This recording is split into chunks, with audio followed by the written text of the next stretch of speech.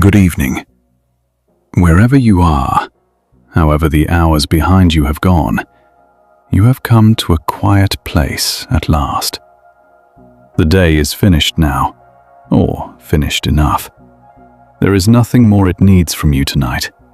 You can set it down at the door, the way a traveler sets down worn sandals before stepping inside.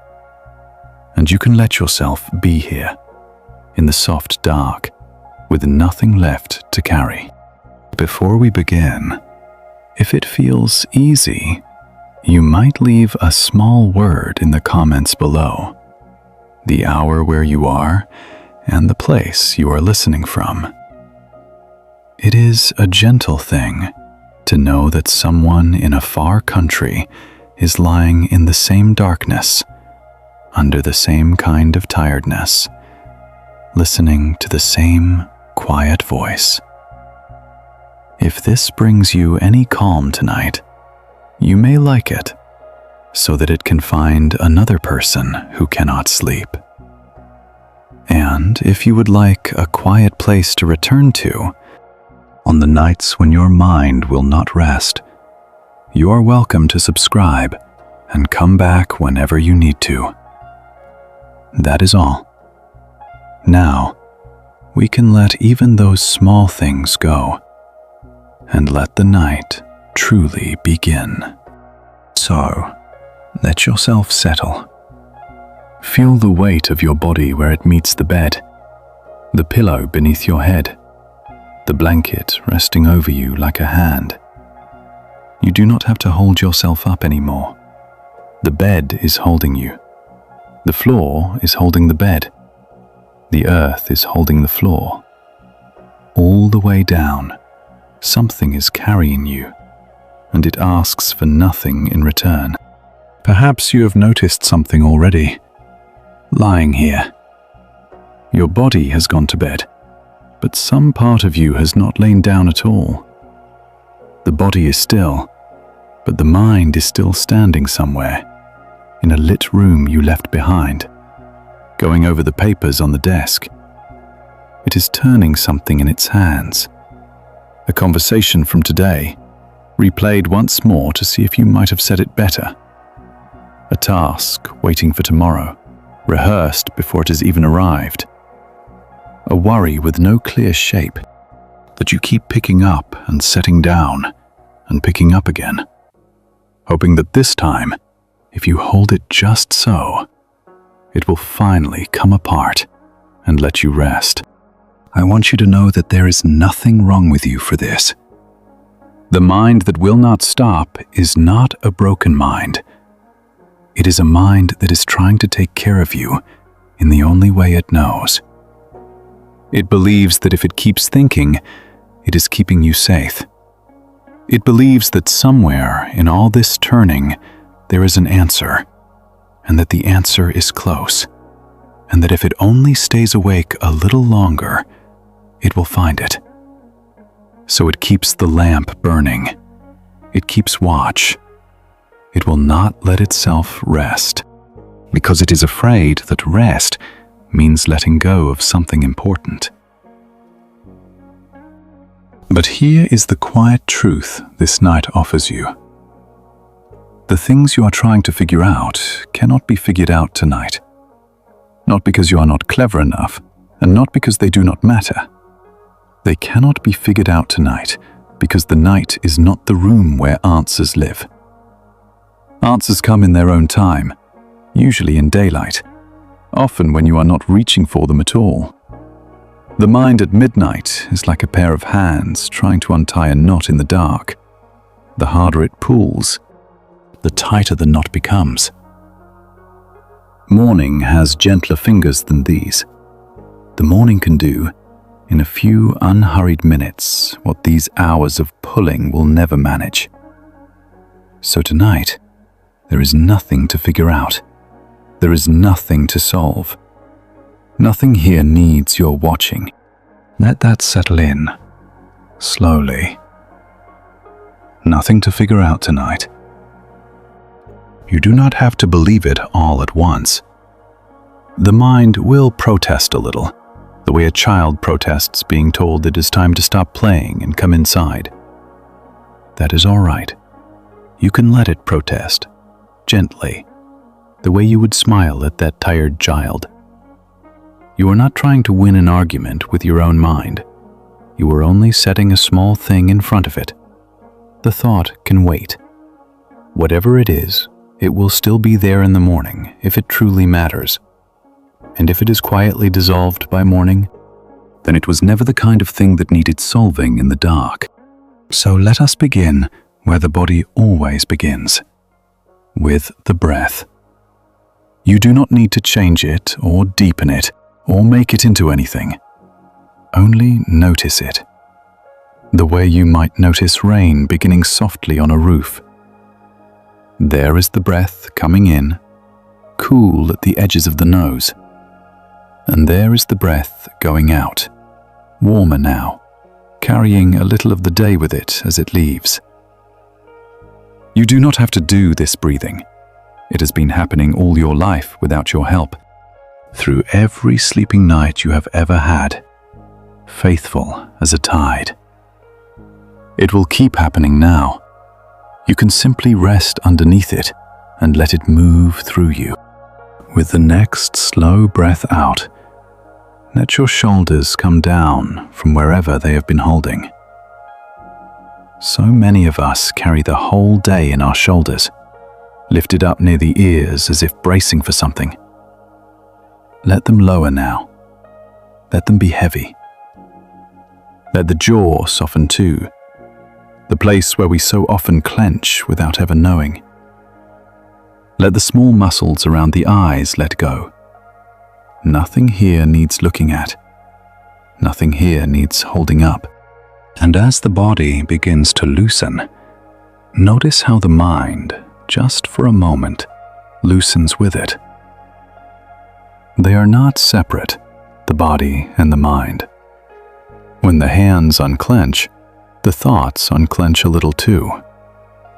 When the breath slows, the thinking slows behind it, like a boat slowing when the oars are finally lifted from the water and laid quietly along the sides. There is no hurry tonight. We have all the time the night will give us, and the night is long and patient and asks for nothing. We're going to move slowly through some old stories, the kind that have been told in quiet rooms for longer than anyone can remember. You do not need to follow them closely. You do not need to remember them in the morning. You can let the words wash over you the way a stream washes over smooth stones, taking nothing, leaving nothing, only passing softly through. If you drift off somewhere in the middle, that is not a failure. That is exactly what this is for. The voice will keep going, and the night will keep holding you, and you will be carried the rest of the way without lifting a single oar. So stay with the breath a little longer. In and out. The body growing heavier. The lamp in that lit room beginning, very slowly, to dim. And the quiet understanding settling over everything like the first soft snow of the year, that there is nothing to figure out tonight, and nothing to solve, and nowhere at all that you need to be, except exactly here, where you already are, in that same softening dark. Let a story come to you. Not one you need to hold, only one you can rest beside, the way you might rest beside a low fire and watch it without thinking. There was once a monastery high on a forested hill, where the path up was so long that visitors arrived already quiet. The chatter walked out of them by the climb.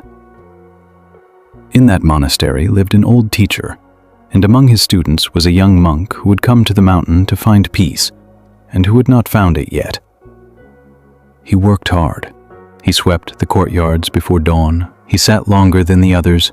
He wished, more than anything, to be the kind of person whose mind was still as a pond at night. And yet, night after night, while the others slept, the young monk lay awake on his mat, turning a single question over and over in the dark.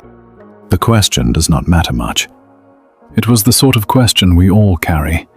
How could he become better? Whether he had chosen the right path, what the old teacher truly thought of him, and whether he was falling behind, and what he ought to do about it, and whether there was something he was missing, some peace that, once found, would let the whole worry fall quiet at last. He did not turn this question over because he enjoyed it. He turned it over because he believed he had to. He believed that a good and serious person does not simply let such things go.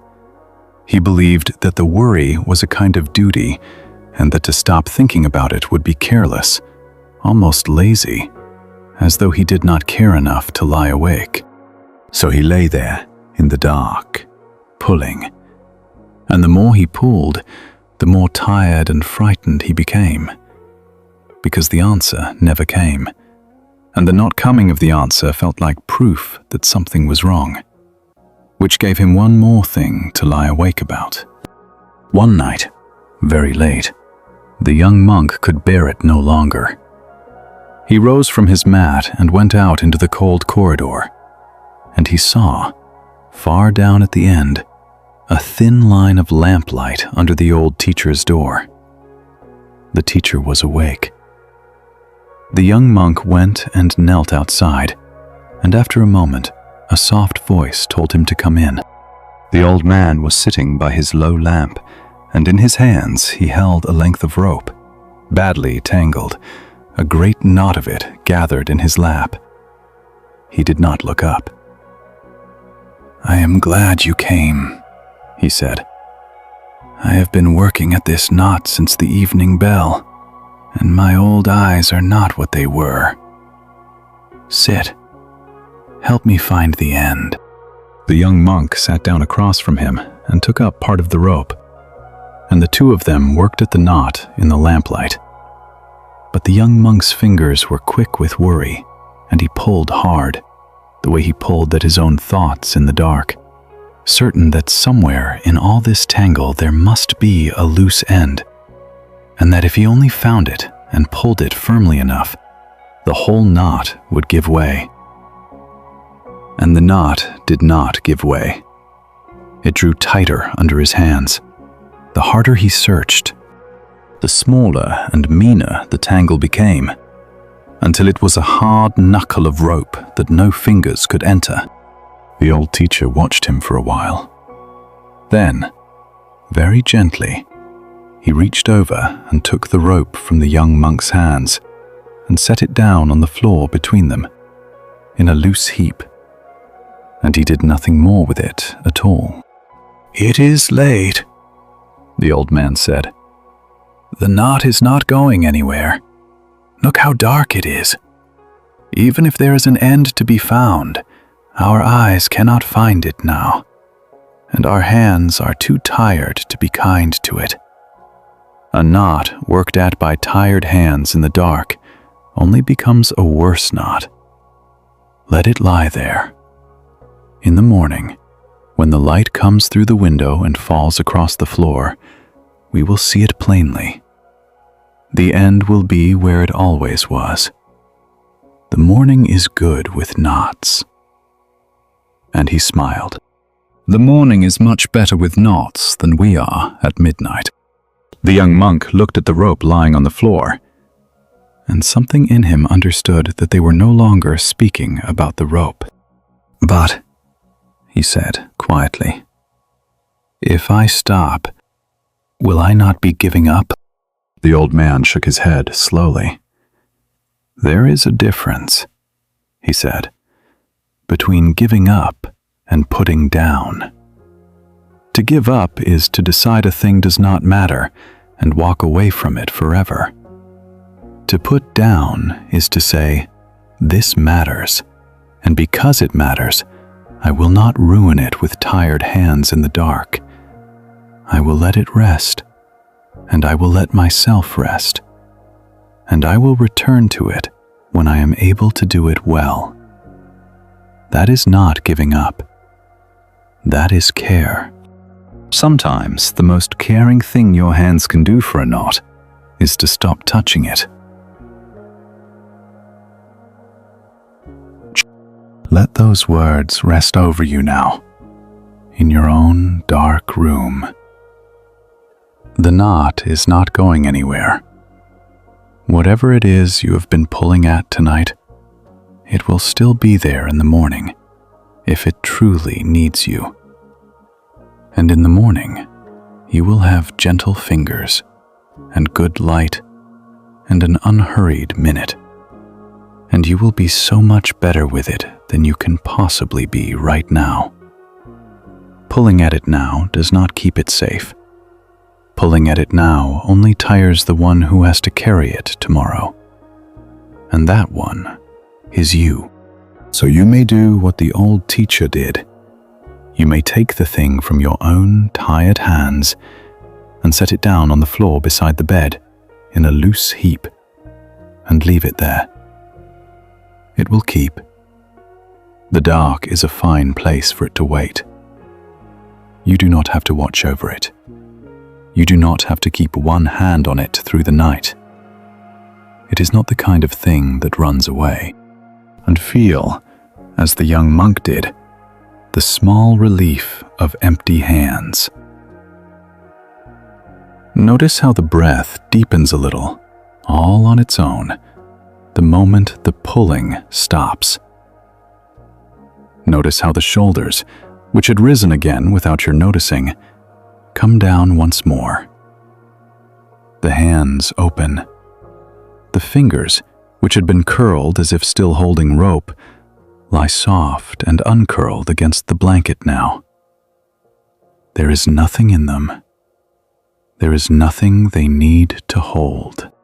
The young monk went back to his mat that night and slept. For the first time in a long while, the deep and dreamless sleep of someone who has finally set the rope down. And in the morning, the light came through the window and fell across the floor. And the knot was just a knot, smaller in the daylight than it had seemed in the dark. The way these things always are. Stay there for a moment, in that morning light at the end of the story, even as the dark of your own room holds you. There is something worth resting on in what the old man said. Not the cleverness of it, the kindness of it. He did not tell the young monk that the worry was foolish. He did not tell him to stop caring. He only told him that there is a right time for things, and that the right time for solving was not now. Almost everything in a life has its right hour. There is an hour for working and an hour for resting. There is an hour for deciding and an hour for letting decisions ripen on their own, unwatched. The way fruit ripens in the night, without anyone standing over the tree willing it to be sweet. We have somehow come to believe that the mind must be on duty at all times, that if we are not actively solving, we are failing, that a problem left alone will grow worse out of our sight. But this is not how most things work. Most of the worries we carry to bed are not emergencies. They are simply unfinished. And unfinished is not the same as dangerous. Think of the shops in a quiet town at the end of the day. One by one, as the light fades, the shopkeepers turn the small signs in their windows and pull the shutters down and walk home. The work is not done. There will be more to do tomorrow. There always is. But no good shopkeeper stands in the dark shop all night, by candlelight, trying to finish what cannot be finished, terrified that if they go home, the shop will somehow undo itself. They lock the door, and they go home, and they trust that the shop will still be standing in the morning. It always is. The town does not fall apart because its shops are dark for the night. The town is resting, the way a town is meant to rest, so that in the morning it can open its doors again with steady hands and a clear head. You are allowed to close the shop. The little sign in the window of your mind can be turned tonight from open to closed. We are not solving tonight. We are not deciding tonight.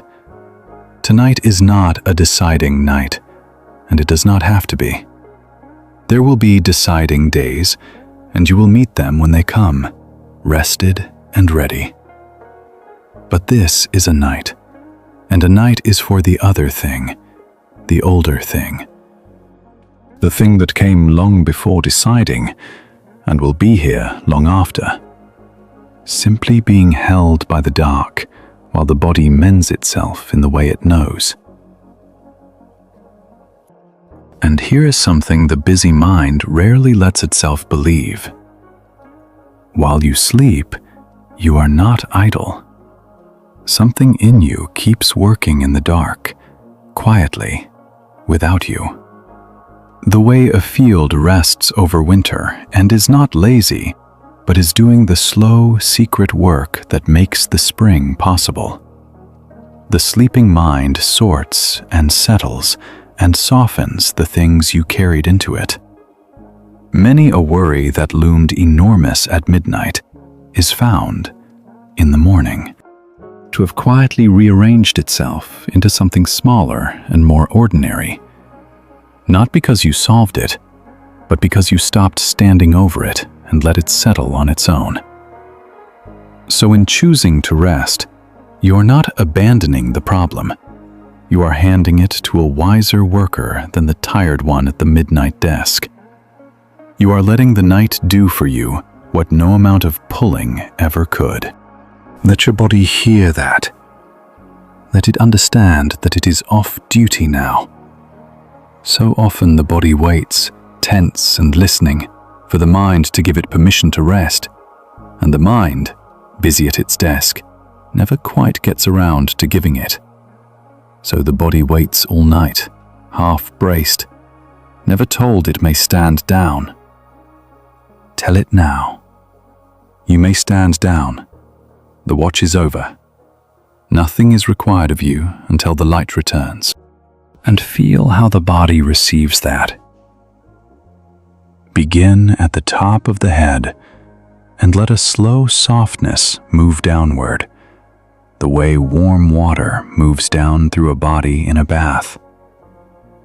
Let the scalp soften.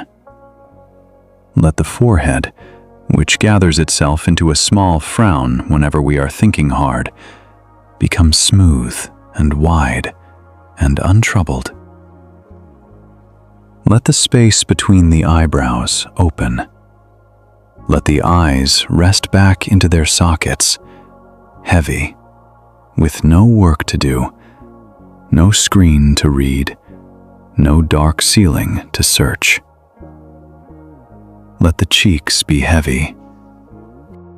Let the lips part just slightly, the jaw unhinging a finger's width, because we never quite let the jaw go until we are told.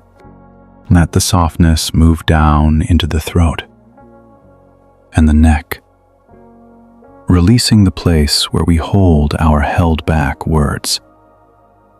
Down across the shoulders again, those tired carriers, letting them spread and sink toward the bed.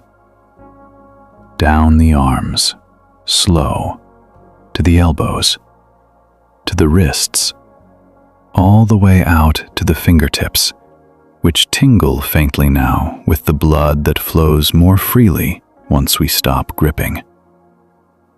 Down through the chest, where the breath rises and falls without your help. Down into the belly, soft and warm, rising a little with each in-breath, sinking with each out-breath, like the sea breathing against a shore at the far edge of hearing. There is no story to follow right now. There is nothing to figure out in this moment.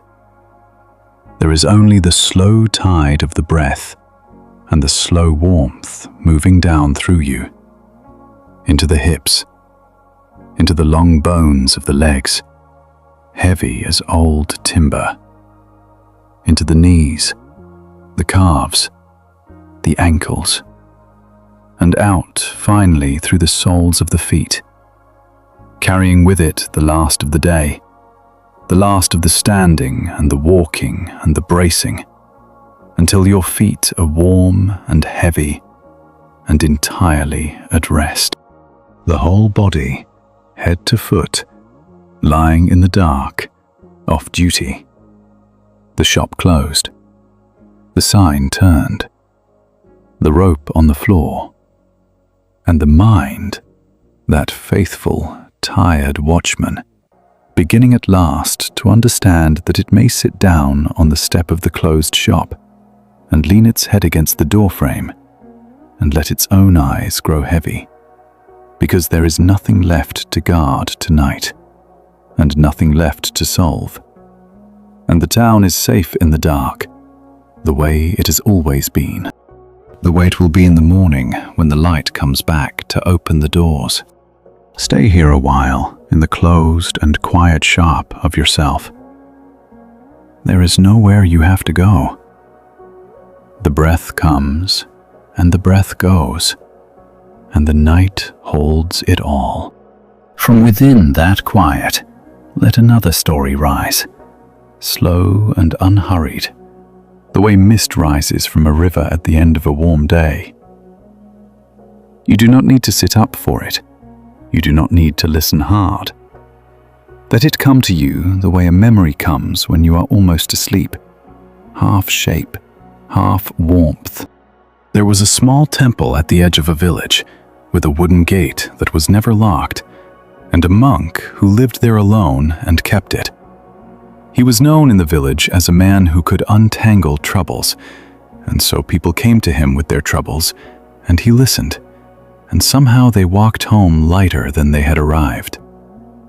But he was a wise enough man to know that there is a time for listening, and a time when listening only feeds a thing that should be allowed to grow hungry and quiet.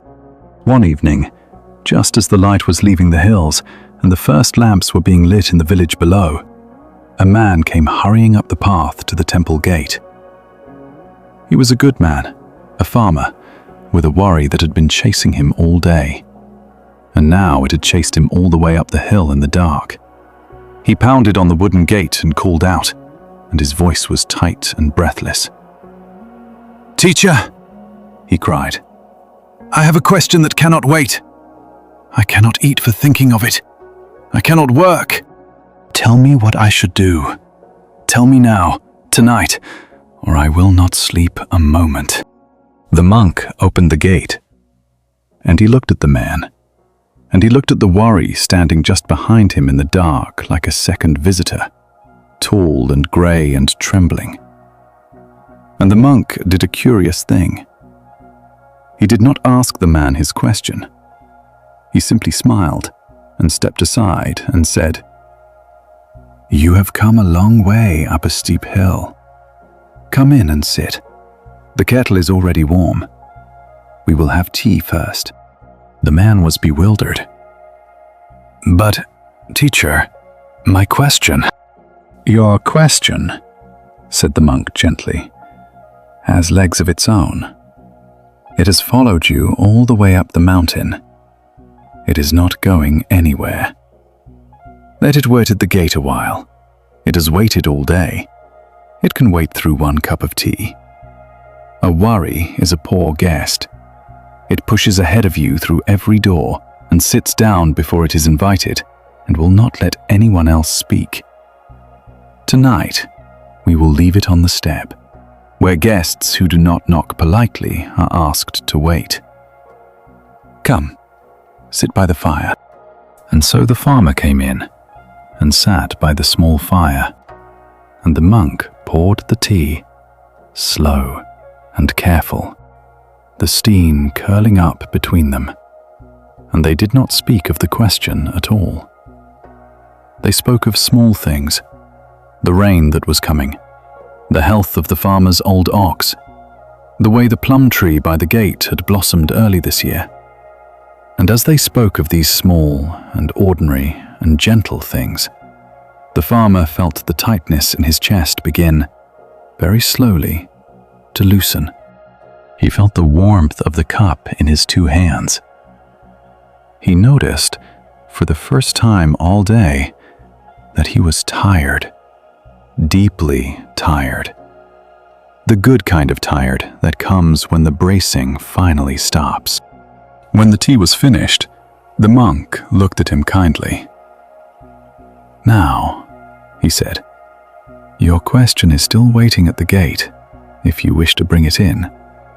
But look at you. You can barely keep your eyes open. A question asked by an exhausted man only gets an exhausted answer, and an exhausted answer is worth nothing. Go home. Sleep. If the question is still standing at the gate in the morning, knock again, and I will gladly help you carry it. But I think you will find, when the light comes, that it has grown smaller in the night, the way these grey visitors so often do when no one feeds them in the dark." The farmer walked home down the hill, and he slept. And in the morning, the question was indeed smaller, and the small part that remained he found he could carry on his own. Hear what the monk understood. Lying there in your own dark room, the worry that is hammering at the gate of your mind tonight feels as though it cannot wait. It feels urgent.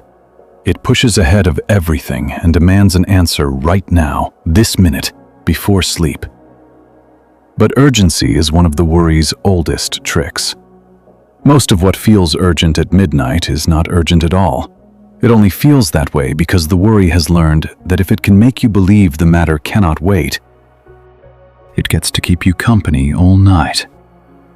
And the worry, like all lonely things, does not want to be left at the gate. So you may do what the monk did. You do not have to fight the worry. You do not have to argue with it or chase it away.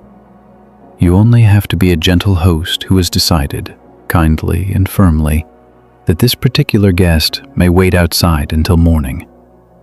You can even speak to it softly, the way the monk spoke to the farmer. You can say, "I see you. I know you came a long way. You are not unwelcome. But it is late, and I am tired, and you and I will speak in the morning, when we are both better company. Wait at the gate. I am going to have my tea, and then I am going to sleep." And then let your hands grow warm, as if a cup rested in them. Let the steam of the breath rise gently. Let the small, ordinary things fill the room instead of the question.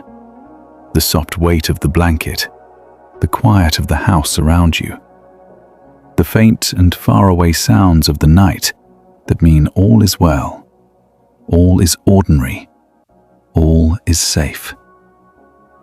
The worry is at the gate.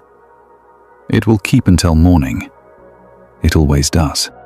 And you, like the farmer, may feel that good, deep tiredness arriving at last, now that the bracing has stopped. The kind of tiredness that is not a burden, but a gift.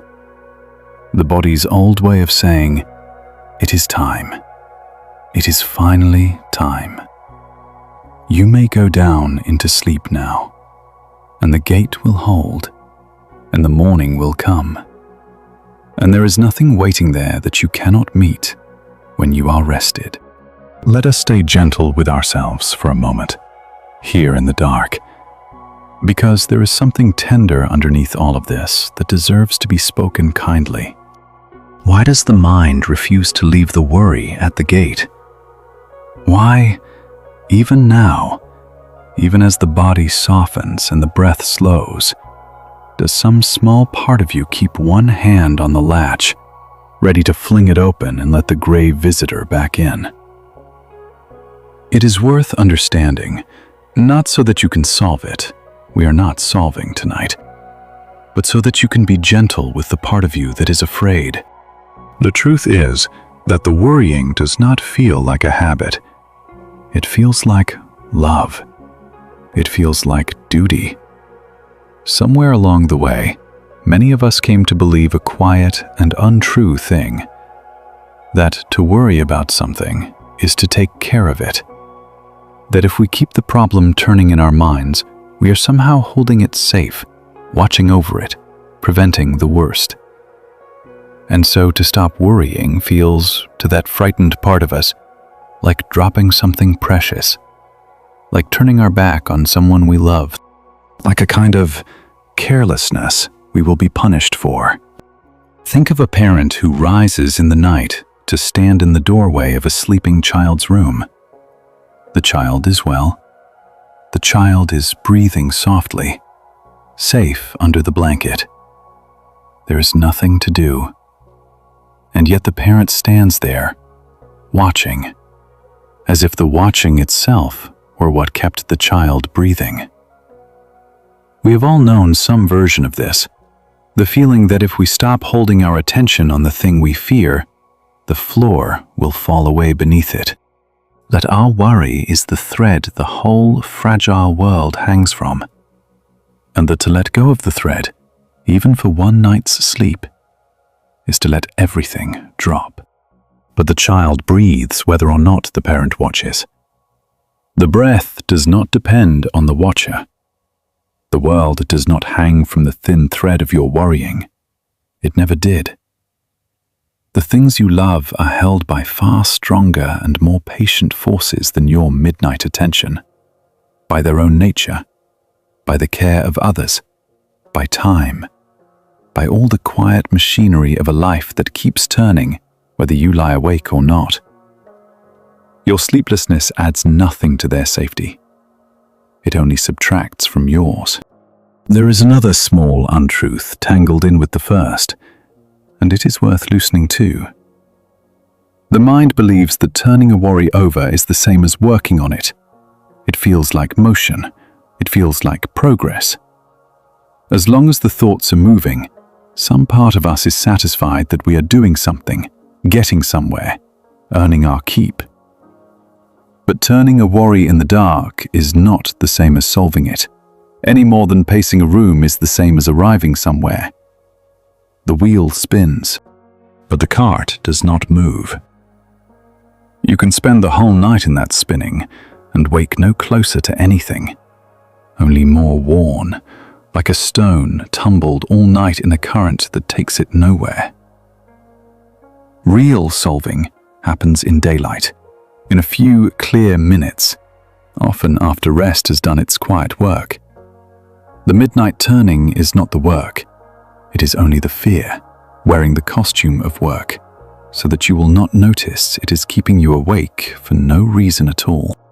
And there is one last whisper the frightened part of you may use to keep you from sleep. It says, "But what if you forget? If you stop holding it now, what if it slips away, and you lose the thread of it, and the important thing goes unremembered?" But consider, the things that truly matter do not need to be clutched all night to survive until morning. They are not so fragile as that. What matters will be there when you wake, sitting quietly where you left it. And what cannot survive a single night of sleep was never solid enough to build anything upon. You may let the small details go without fear. The morning has a good memory. It will hand back to you whatever is worth carrying, and quietly keep the rest. So if some part of you is afraid to let go tonight, do not scold it. It is not foolish. It is loyal.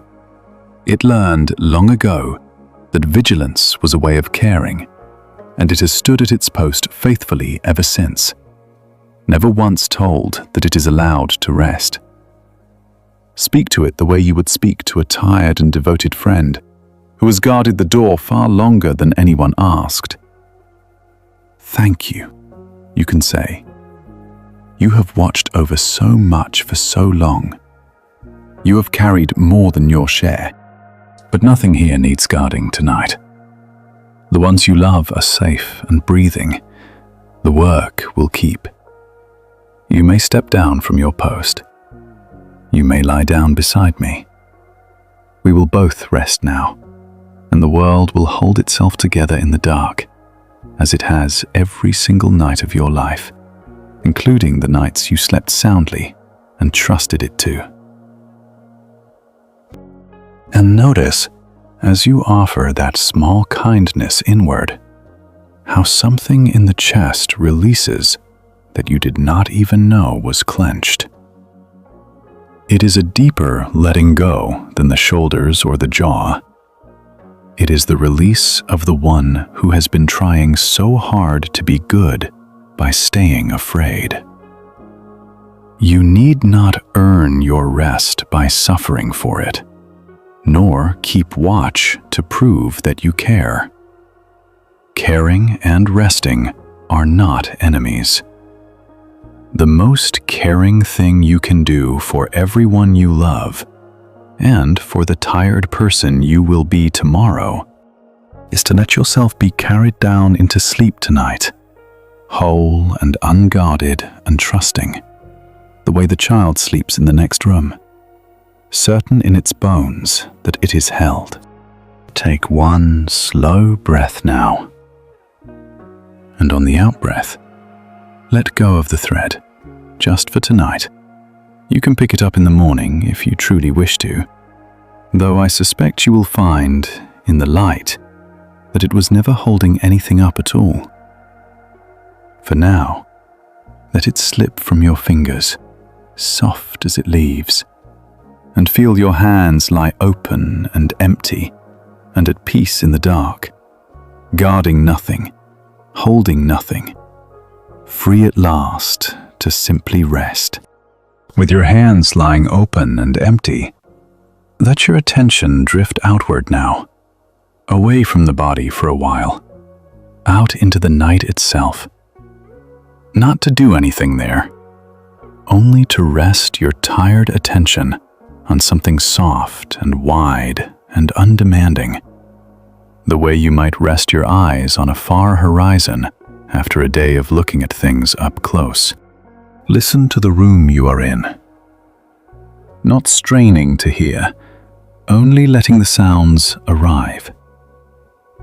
Perhaps there is the small voice of the house settling around you, the quiet tick of something cooling, the soft sigh of a building easing into the night the way a body eases into a bed.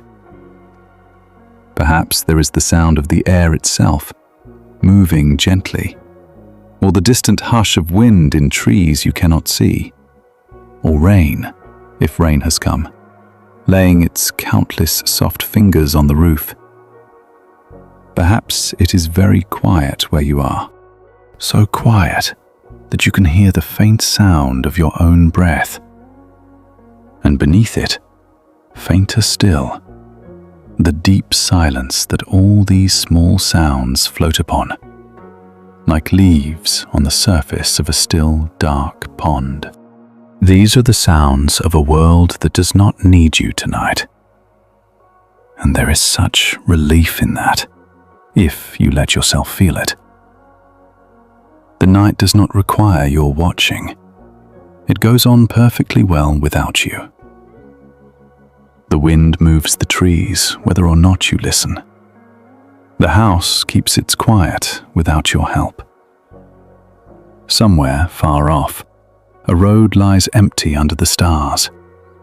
Somewhere, a river runs in the dark toward a sea it has never seen and does not worry about reaching. The whole great turning of the night is happening on its own, smoothly, faithfully, asking nothing of you at all.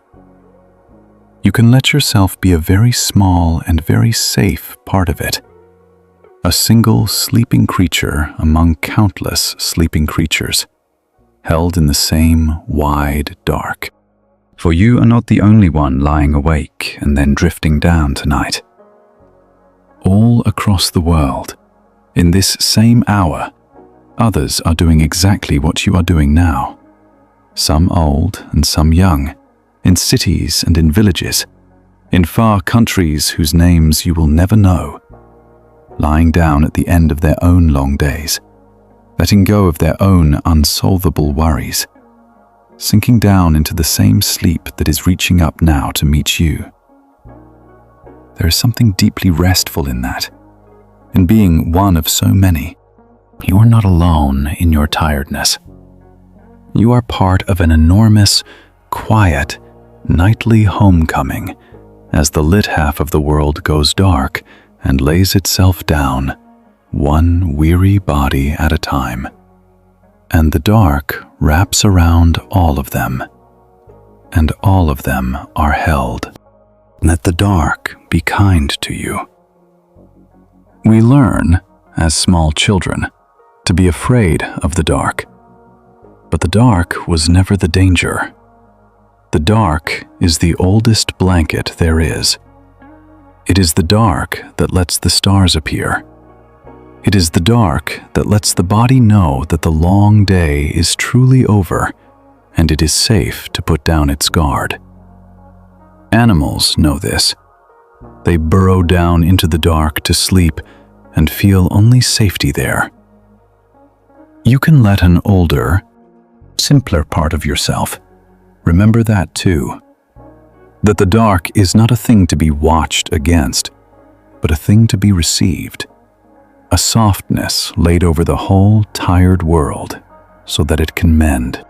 Feel, too, the simple animal comfort of being warm in the cold dark.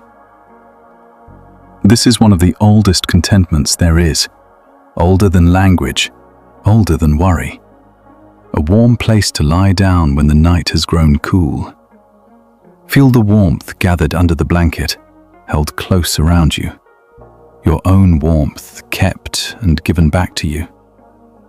Feel where the body is heaviest against the bed, sinking a little deeper now with each breath out. The way a stone sinks slowly into soft sand at the bottom of a still pool. There is nowhere for the warmth to go, and nowhere for you to go. You are gathered in, nested, kept. The small creatures of the world know this comfort and trust it completely, curling into their warm, dark places without a single thought of tomorrow.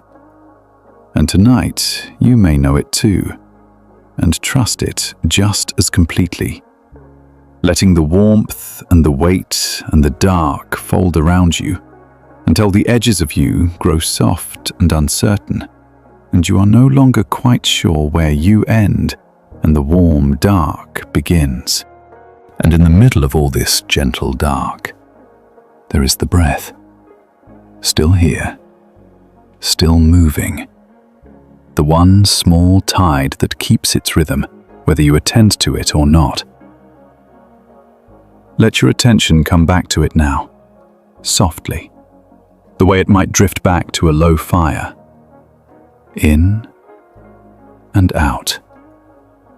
Slower than before, perhaps, without your having tried to slow it. The body knows how to do this. It has been waiting all your life to be allowed. There is nothing to figure out in this breath. There is nothing to solve in this one. And then there is the next one. And there is nothing to solve in that one either. Each breath is its own small night, complete, asking nothing, leaving nothing behind. You do not have to think your way to the next one. It comes on its own. All you have to do is be here while it happens, lighter and lighter, as the thinking grows soft at the edges and begins, very gently, to blur. Let the words I am speaking begin to blur too, if they wish to. You do not need to follow them anymore. You do not need to understand them. They can become simply a sound in the dark, like the wind in the trees, like the rain on the roof, like one more soft thing in a world of soft things, carrying you, asking nothing, while you go down, and the night holds you, and there is nowhere you have to be, and nothing you have to do, and no question anywhere that needs you tonight.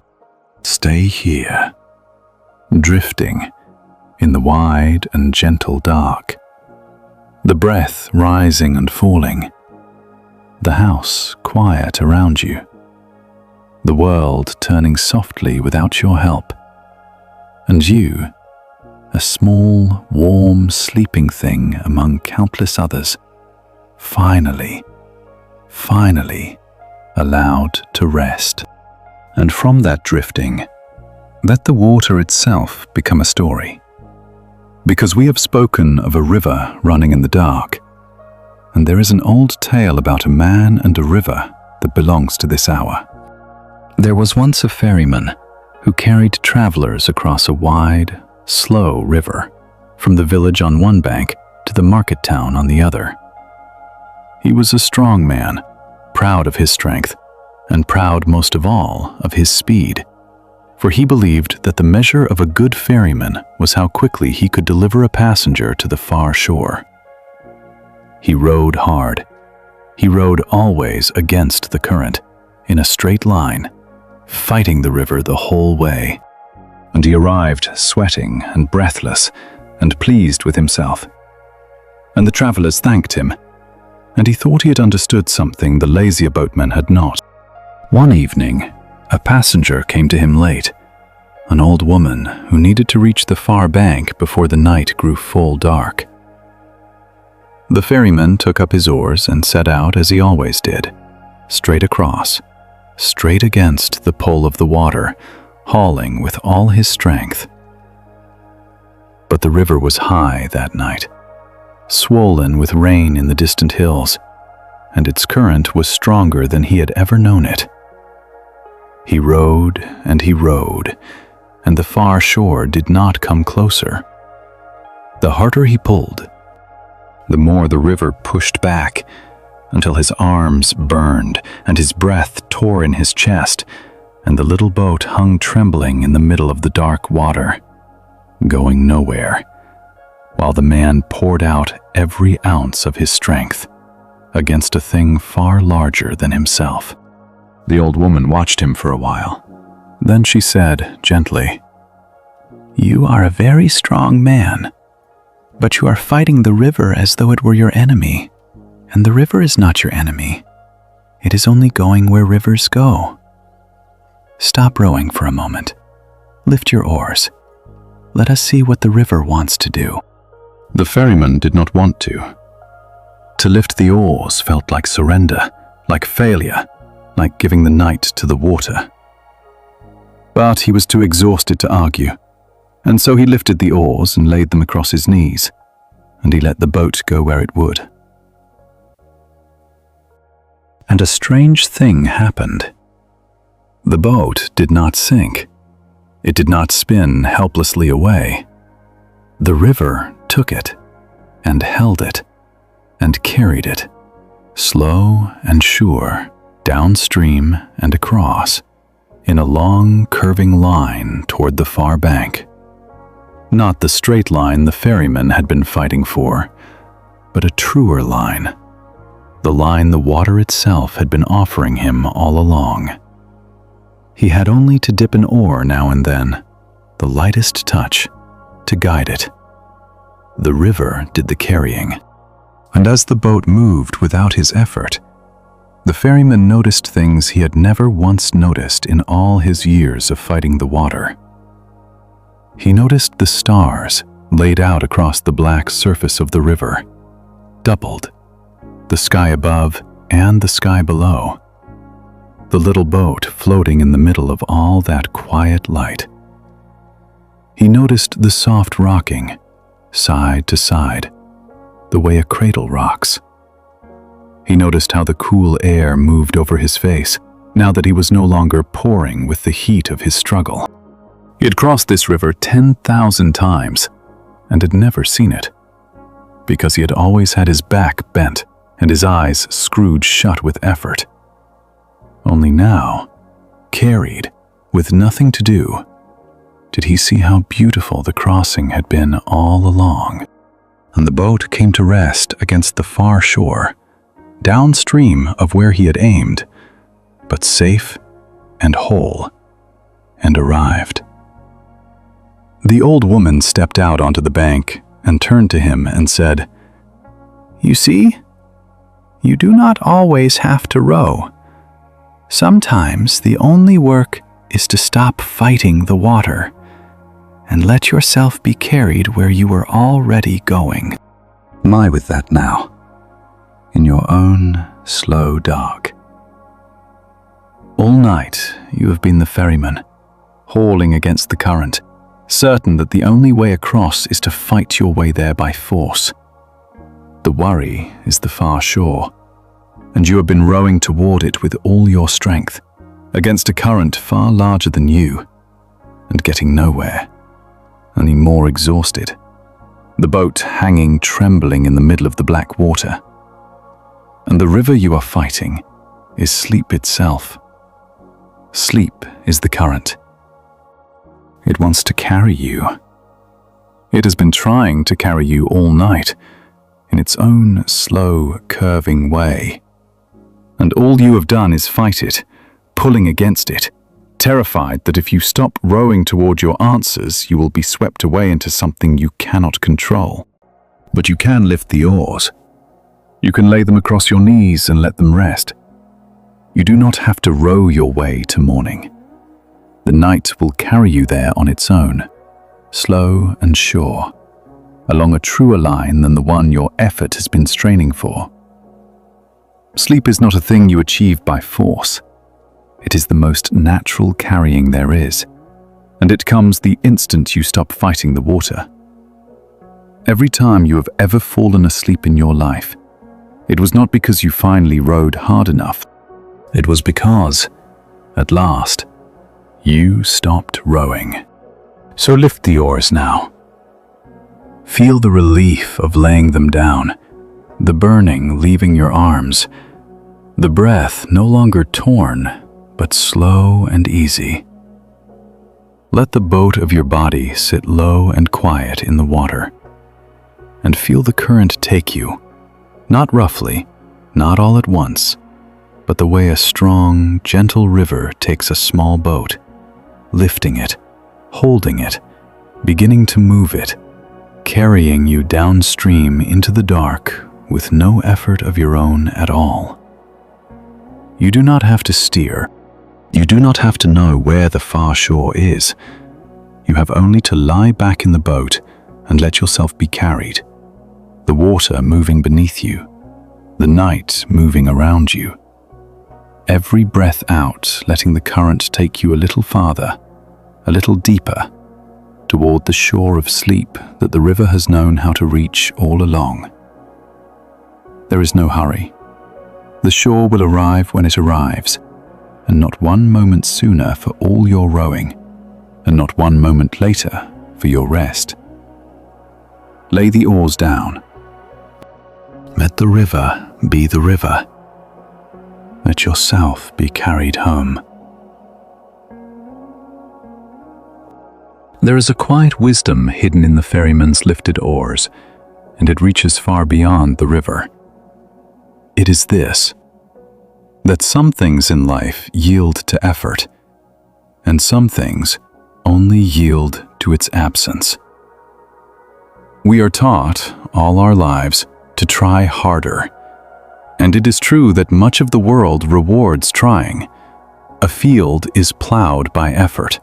A wall is built by effort. A skill is earned by long and patient work. So we come to believe that effort is the answer to everything, that whatever we want, we can get it if we only push hard enough.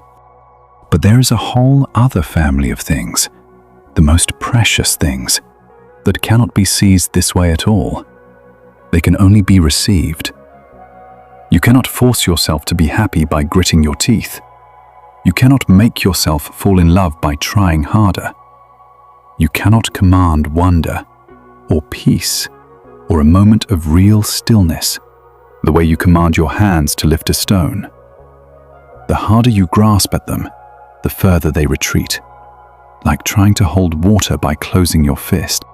These things come to the open hand, not the clenched one.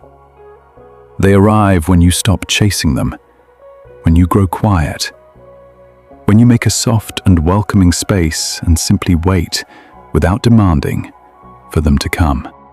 You already know this is true, even if you have never said it to yourself. Think of a name you could not remember. You searched and searched for it. You knew it was there, just out of reach. And the harder you reached, the more stubbornly it hid. And then you gave up. You turned to something else. You let it go entirely. And an hour later, while you were washing a cup or walking down a quiet street, the name simply arrived, unbidden, as if it had been waiting all along for you to stop chasing it.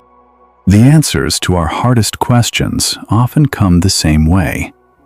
Not at the desk, not in the grip of effort, but in the bath, on a walk, in the soft moments just before sleep or just after waking, when the clenched hand has finally opened. The mind, like sleep, like the forgotten name, gives its best gifts only when we stop demanding them. Sleep belongs to this second family. Sleep is not plowed or built or seized.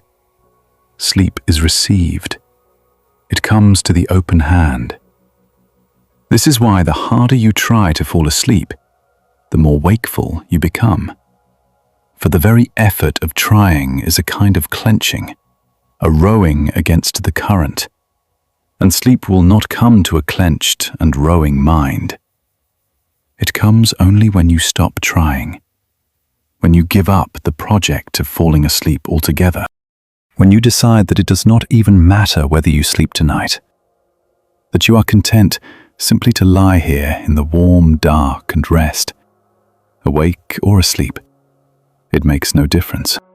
And here is the gentle trick of it, the soft paradox at the center of the night. The moment you truly stop trying to sleep, the moment you release even the wish for it, sleep draws near. Not because you summoned it, but because you finally stopped frightening it away. So let us do the strangest and easiest thing of all. Let us stop trying to sleep. Give yourself full permission, right now, to lie awake all night if that is what happens. It is all right. Resting is enough. You do not need the sleep. You only need to lie here, soft and warm and unburdened, letting the breath come and go. And if sleep wishes to join you, it may. And if it wishes to wait a while longer, that is fine too. Nothing here needs achieving. There is nothing to figure out. And now, there is not even sleep to figure out. There is only this open, resting, unhurried hand, held out gently into the dark. Feel how that takes the last small weight off your chest. Even the effort to sleep, which you may not have noticed you were making, can be set down now beside everything else. The rope is on the floor. The shop is closed. The worry waits at the gate. The oars are laid across your knees. And now the very wish to sleep is released as well, and your hands are entirely empty, holding nothing, wanting nothing, reaching for nothing at all. Let the body grow even heavier with that final release. With no project left, not even the project of rest, there is nothing for the muscles to hold for. Let them go fully. Let the weight of the legs pour down into the bed. Let the arms be heavy as river stones. Let the back, the long tired ladder of the spine, settle and lengthen and sink. Let the head be heavy on the pillow, so heavy you could not lift it now if you tried, and you do not wish to try. Let the breath be slow and small, no longer something you do, only something that happens, far away, faint as the tide turning at the bottom of the night. There is nothing to do now but be carried. The current has you. The dark has you. The breath rises and falls on its own, and you float on top of it, lighter and lighter, the thinking grown soft and slow and far away, the body grown heavy and warm and still. The open hand held out into the night, asking for nothing, and the night, in its own time, filling it. And if a thought drifts by, as thoughts will, do not chase it and do not push it away. Let it pass like a leaf on the surface of the river, turning slowly, drifting on, growing smaller as the current carries it out of sight. You are not on the bank anymore, reaching for the leaves. You are in the boat, low in the water, being carried. And the leaves and the thoughts and the worries float past you and away, downstream, into the dark, and none of them is yours to catch tonight. Let them go. Let them all go. There is only the slow water beneath you, and the slow breath within you, and the deepening dark, and the open hand, and the long, gentle carrying that asks nothing of you at all. You are doing nothing now, and nothing is exactly enough. You have arrived at the one place where there is finally nothing to figure out. We have come a long way into the night together, you and I. And this is the place where the path begins to slope gently downward. The way a long road, after climbing for hours, finally crests a quiet hill and starts its slow descent toward the valley where the lights of home are burning. The hardest part of the walk is behind us. From here, everything grows easier. From here, we are going downhill, and the night will do more and more of the carrying, and you will need to do less and less. So let me tell you something, here at the midpoint, that you are free to receive however you wish. You do not have to stay awake for the rest of this. You do not have to reach the end. There is no end you are responsible for arriving at. If sleep comes to you in the middle of a story, let it take you. You will not be missing anything. You will not be failing at this. Drifting off is not falling short of the goal. Drifting off is the goal. The most successful thing that can happen now is that you simply stop being able to follow the words, and the words go on without you, and you slip away into the dark while they keep murmuring softly somewhere above you, like voices in another room when you were a child and safe in your bed, and someone you loved was still awake and watching over the house. The voice will keep going. That is the gift of it. You do not have to hold on. You can let go of the thread of the stories the way you let go of the thread of your worries, and the voice will carry on without you. Patient, unhurried, asking nothing. The way the river carried the boat without the ferryman's effort. You are not steering this. You never were. You can let your attention grow loose and soft. Let it wander where it likes. Let it stop trying to make sense of anything at all. The understanding mind can rest now too. It has worked so hard, all day and half the night. It can put down its work. Let it become a small, drowsy thing, curled up warm, half listening, drifting. There is nowhere left to get to. Do you feel that? The whole long habit of going somewhere, getting something done, reaching the next thing, can finally come to rest. There is no next thing tonight. There is only this, and then this, and then this. Each soft moment complete in itself, asking nothing of the one before it or the one after.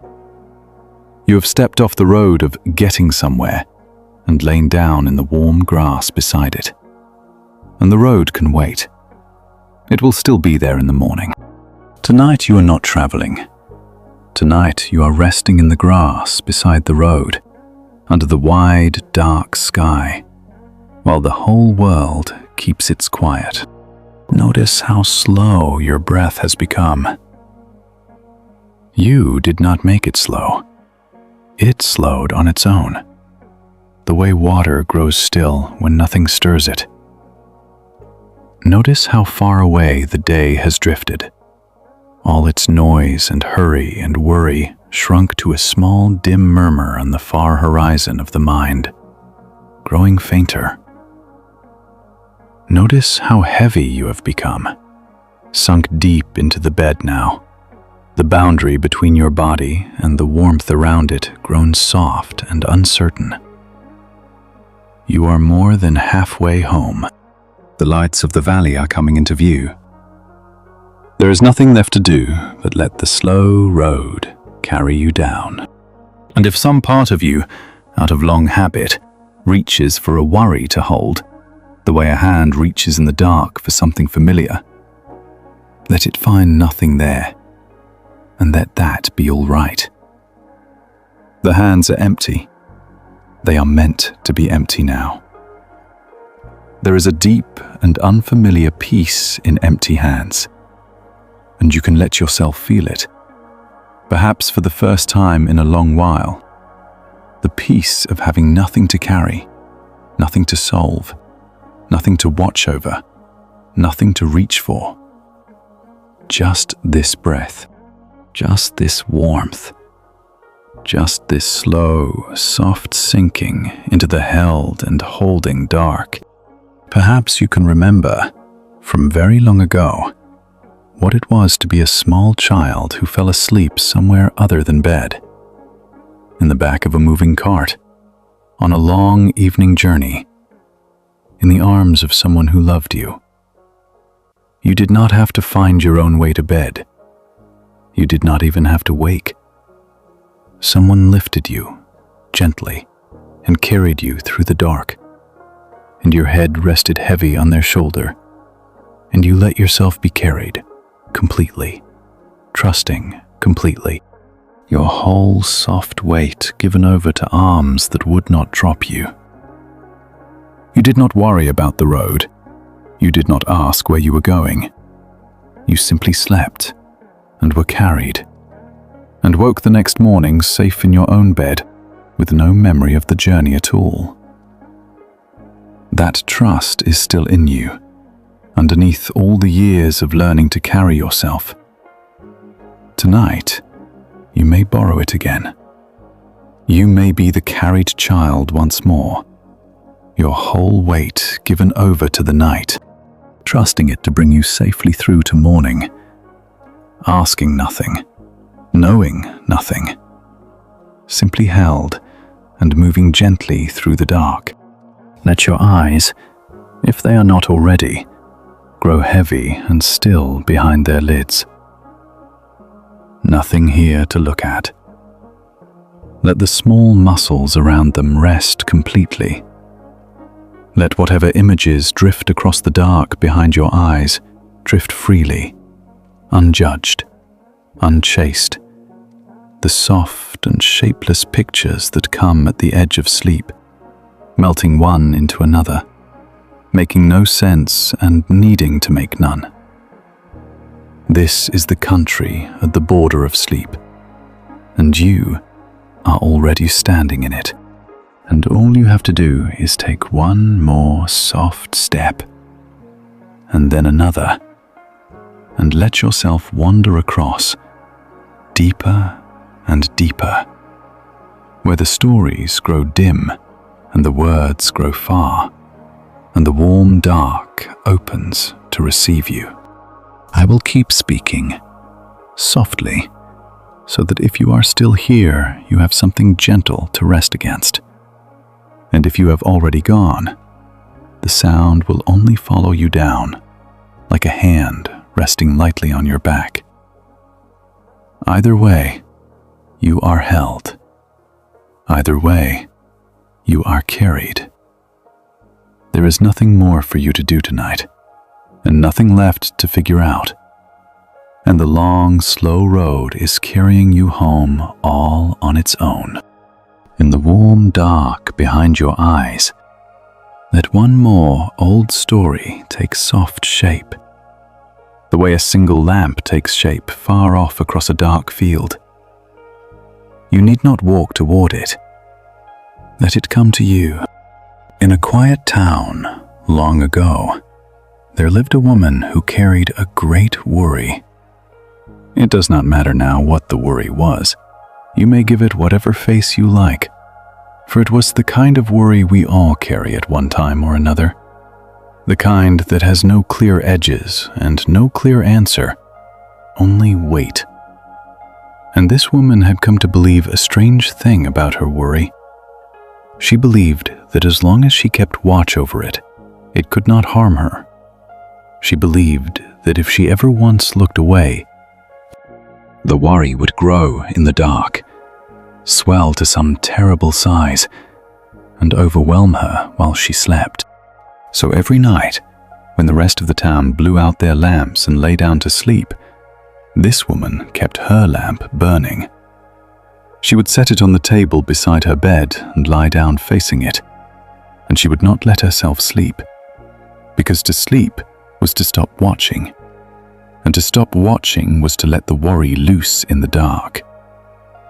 She kept her vigil night after night, year after year, her eyes red and aching, her body worn thin with sleeplessness, guarding a thing she could not even see, certain that her watching was the only thing holding the danger back. One night, an old woman who lived nearby, a woman known for her stillness, came and knocked softly at her door, for she had seen the lamp burning every night through the window and had grown concerned. She came in and sat beside the bed and looked at the worn, exhausted woman and at the little lamp burning bravely against the dark.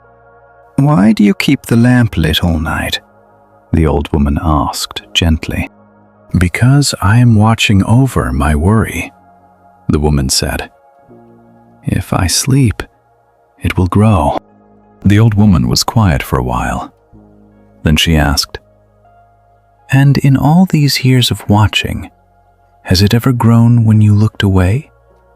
Has it ever, even once, escaped and harmed you in the moments you could not help but blink?" The woman opened her mouth to answer, and found that she could not. For the truth was that her worry had never grown in the dark at all. It had only ever grown in the lamplight, in the long hours of her watching, fed by the very attention she gave it. In the brief moments she had drifted off despite herself, it had done nothing. It had simply waited, small and still, exactly as she had left it. The old woman reached over and, with a soft breath, blew out the lamp. For a moment, the woman's heart clenched in terror at the dark. And then, slowly, her eyes adjusted, and she saw that the dark was not full of the monstrous thing she had feared. The dark was only the dark, soft, quiet, cool, the same dark that held the sleeping town, the same dark that held the fields and the river and the hills. Her worry was somewhere in it, yes, but small and still and harmless, no longer fed by the light of her watching. And for the first time in longer than she could remember, the woman closed her aching eyes and let the dark hold what she had been holding, and fell into a sleep so deep and so kind that she woke the next day feeling she had been given a new life. Lie with that now, in your own unlit dark. Perhaps you, too, have been keeping a lamp burning. Perhaps some part of you believes that your wakefulness is the only thing holding the worry back, that if you let yourself sleep, the thing you fear will swell in the dark and overwhelm you.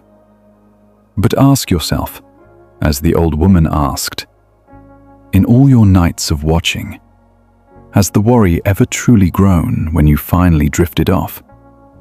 Or has it only ever grown here, in the lamplight of your attention, fed by the very watching you thought was protecting you? You may blow out the lamp tonight. You may let the watching end. The worry does not grow in the dark when no one feeds it. It only grows in the light of a sleepless, staring mind. In the dark, left alone, unfed, it grows small and still and quiet, like a coal with no breath on it, cooling, dimming, harmless. The dark is not your enemy. The dark is where the worry finally goes quiet. And you do not have to hold the danger back by force of will all night with aching eyes. There is no danger to hold back. There is only the soft, cool, kind dark. The same dark that is holding the whole sleeping world, ready to hold you too, the moment you let it. There is a simple truth hidden in the old woman's question, and it is worth carrying down into sleep with you. Attention is a kind of food. Whatever you turn your steady gaze upon at night, you feed. The worry you stare at grows fat on your staring. The fear you keep company with through the small hours grows bold from the company. And the things you let lie quietly in the dark, untended, unwatched, ungiven your precious, sleepless attention, those things grow thin and small and finally fade because nothing was feeding them. So in choosing to sleep, you are not neglecting your worry. You are starving it of the one thing that ever made it large. You are doing the wisest possible thing with it. You are letting it shrink in the dark, while you grow strong in your rest, so that whatever small thing remains of it in the morning, you will be more than equal to. So let the lamp go out. Let your eyes, which have watched for so long, finally close and stay closed. Let the dark come in close around you, soft and safe, and feel how it asks nothing, threatens nothing, only holds. The worry is small and still in it somewhere, and you may leave it there, untended, unfed, and let yourself go down at last into the deep and merciful dark, where nothing grows but rest. Let the last small light behind your eyes dim and go out, and let the kind dark close over you like still water over a sinking stone. Down here in the cool dark, with the lamp out and the watching ended, let a wider quiet come over you, and let me say something simple that the tired mind so often forgets. The world is being kept tonight, and it is not being kept by you. Consider for a moment all the things that are happening right now, perfectly, without anyone's worry holding them in place. The earth is turning, smooth and silent, carrying the whole sleeping half of the world through the dark toward the morning. And no one is steering it, and it does not falter. The tide, somewhere, is rising or falling, exactly on time, as it has for longer than there have been eyes to watch it, and no one is reminding it. The stars are wheeling slowly overhead in their old, patient courses, and not one of them needs you to keep it lit.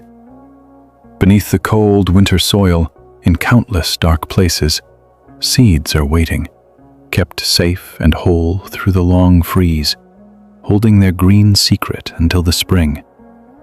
And no gardener lies awake worrying them through the night. The whole vast machinery of the world runs on without supervision, faithful and competent and calm. And it has never once needed your sleepless attention to keep it turning. You are a small part of that same trustworthy world. The same quiet competence that keeps the stars in their courses is keeping you, too, tonight. Your heart beats without your command. Your lungs fill and empty while you think of other things. The countless small repairs your body makes in sleep, the 1,000 quiet kindnesses it does itself in the dark, all happen without your knowing or your willing. You do not have to run yourself by hand. You never did. There is an old and faithful wisdom at work in you that is far wiser than your worried thoughts. And it knows exactly what to do with a night.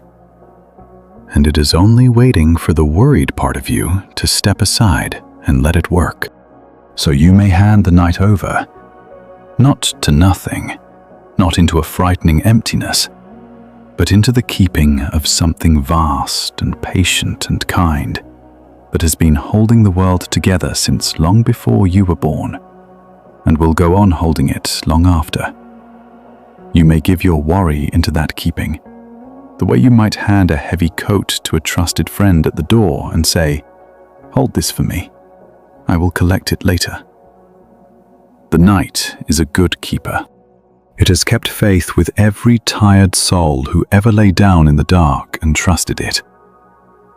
It kept your grandparents, and their grandparents, and all the long line of the weary who came before you, every one of whom carried worries they were certain could not wait, every one of whom lay down at last and let the dark hold them, and woke, and found the world still standing, and the worry smaller, and themselves restored. The night has never once failed to return the morning. It will not fail you tonight. And here is a gentle thing to remember. If some part of you still believes you are too needed to rest, that too much depends on you to allow yourself a single night of letting go, everyone lies down. The wise and the simple, the powerful and the powerless, the ones the whole world seemed to lean upon, every one of them, at the end of the day, had to do this same small, ordinary thing. They had to set down the day they could not finish, and close their eyes, and become, for a few hours, unneeded. No one is so important that the night does not ask them to rest. No one is so essential that they may skip the laying down. And in this, you are not less than the great ones of history. You are exactly like them. Tonight, you join the whole sleeping family of the living and the long gone, all of whom were allowed, at last, to be off duty, to be unneeded, to be simply a tired body given over to the keeping of the dark. You are allowed it too. You have always been allowed it. You only had to let yourself believe it. Feel what it is to be held by something larger than your own effort. It is the feeling of finally setting down a weight you did not know you had been carrying with your whole body. The weight of believing that everything depended on you. That if you ever truly let go, the world would come undone. It will not come undone. It is held by far stronger hands than yours. You can rest your hands. You can rest your watching. You may rest the whole exhausted apparatus of your trying, and let the great competent quiet of the world carry you and your worry, both, side by side, gently, through the dark, toward the morning. And as you hand it all over, feel the body grow even softer, even heavier, even more willing to be carried. Nothing holds you up now, and you are holding nothing up. You are simply resting in the keeping of the night, one small, warm life among the countless lives it is holding. No more responsible for staying afloat than a sleeping bird is responsible for the branch that holds it, or a stone for the riverbed that cradles it, or the moon for the sky that carries it across the dark. You are held. You have always been held. And tonight, for once, you can let yourself feel it and stop swimming, and let the great, kind quiet hold you all the way down into sleep. There is nothing to keep, because everything is already kept. There is nothing to carry, because everything is already carried. The earth turns. The tide keeps its time. The seeds wait in the soil. The stars wheel slowly on. And you rest, a small kept thing, in the middle of all that faithful turning, with nothing to figure out and nothing to hold up, and nowhere to be but here, carried in the keeping of the night. Let each slow breath out be a little more of the weight handed over, a little more of the watching laid down, until there is almost nothing left of you that is still trying, and you are mostly just breath and warmth and trust, sinking quietly into the deep, soft keeping of the dark. There is one more old story I would like to set beside you in the dark, soft as a stone laid down in still water. And then we will let even the stories grow quiet. There was a traveler on a long road, walking from one town to the next, across a wide country, and he carried with him a heavy leather bag. Inside the bag were stones. Not precious stones, not jewels, only ordinary gray stones, each one round and smooth and heavy, and each one was a worry. Whenever a new worry came to him on the road, he would stop and find a stone by the wayside that matched the weight of that worry, and place it in the bag, so that he would not forget it, so that he would be sure to deal with it properly. He believed this was the responsible thing to do. He believed that a careful man keeps all his worries close and carries them with him, and does not set a single one down until it is fully resolved. But the road was long, and the worries were many, and the bag grew heavier and heavier, until the traveler walked bent nearly double beneath it, his steps slow, his breath short, his shoulders raw from the strap. And still he would not set it down. For each stone, he told himself, was important, and to leave even one behind would be careless. So he staggered on under the great weight of all his unresolved worries, too burdened to enjoy the road, too burdened even to lift his eyes to the country he was passing through. As evening came, he reached an inn and stumbled in, and could barely stand for the weight on his back. The innkeeper, an old woman with kind and knowing eyes, looked at him and at the enormous bag, and understood at once. "You cannot sleep with that on your back," she said. "Set it down." "But these are my worries," the traveler protested.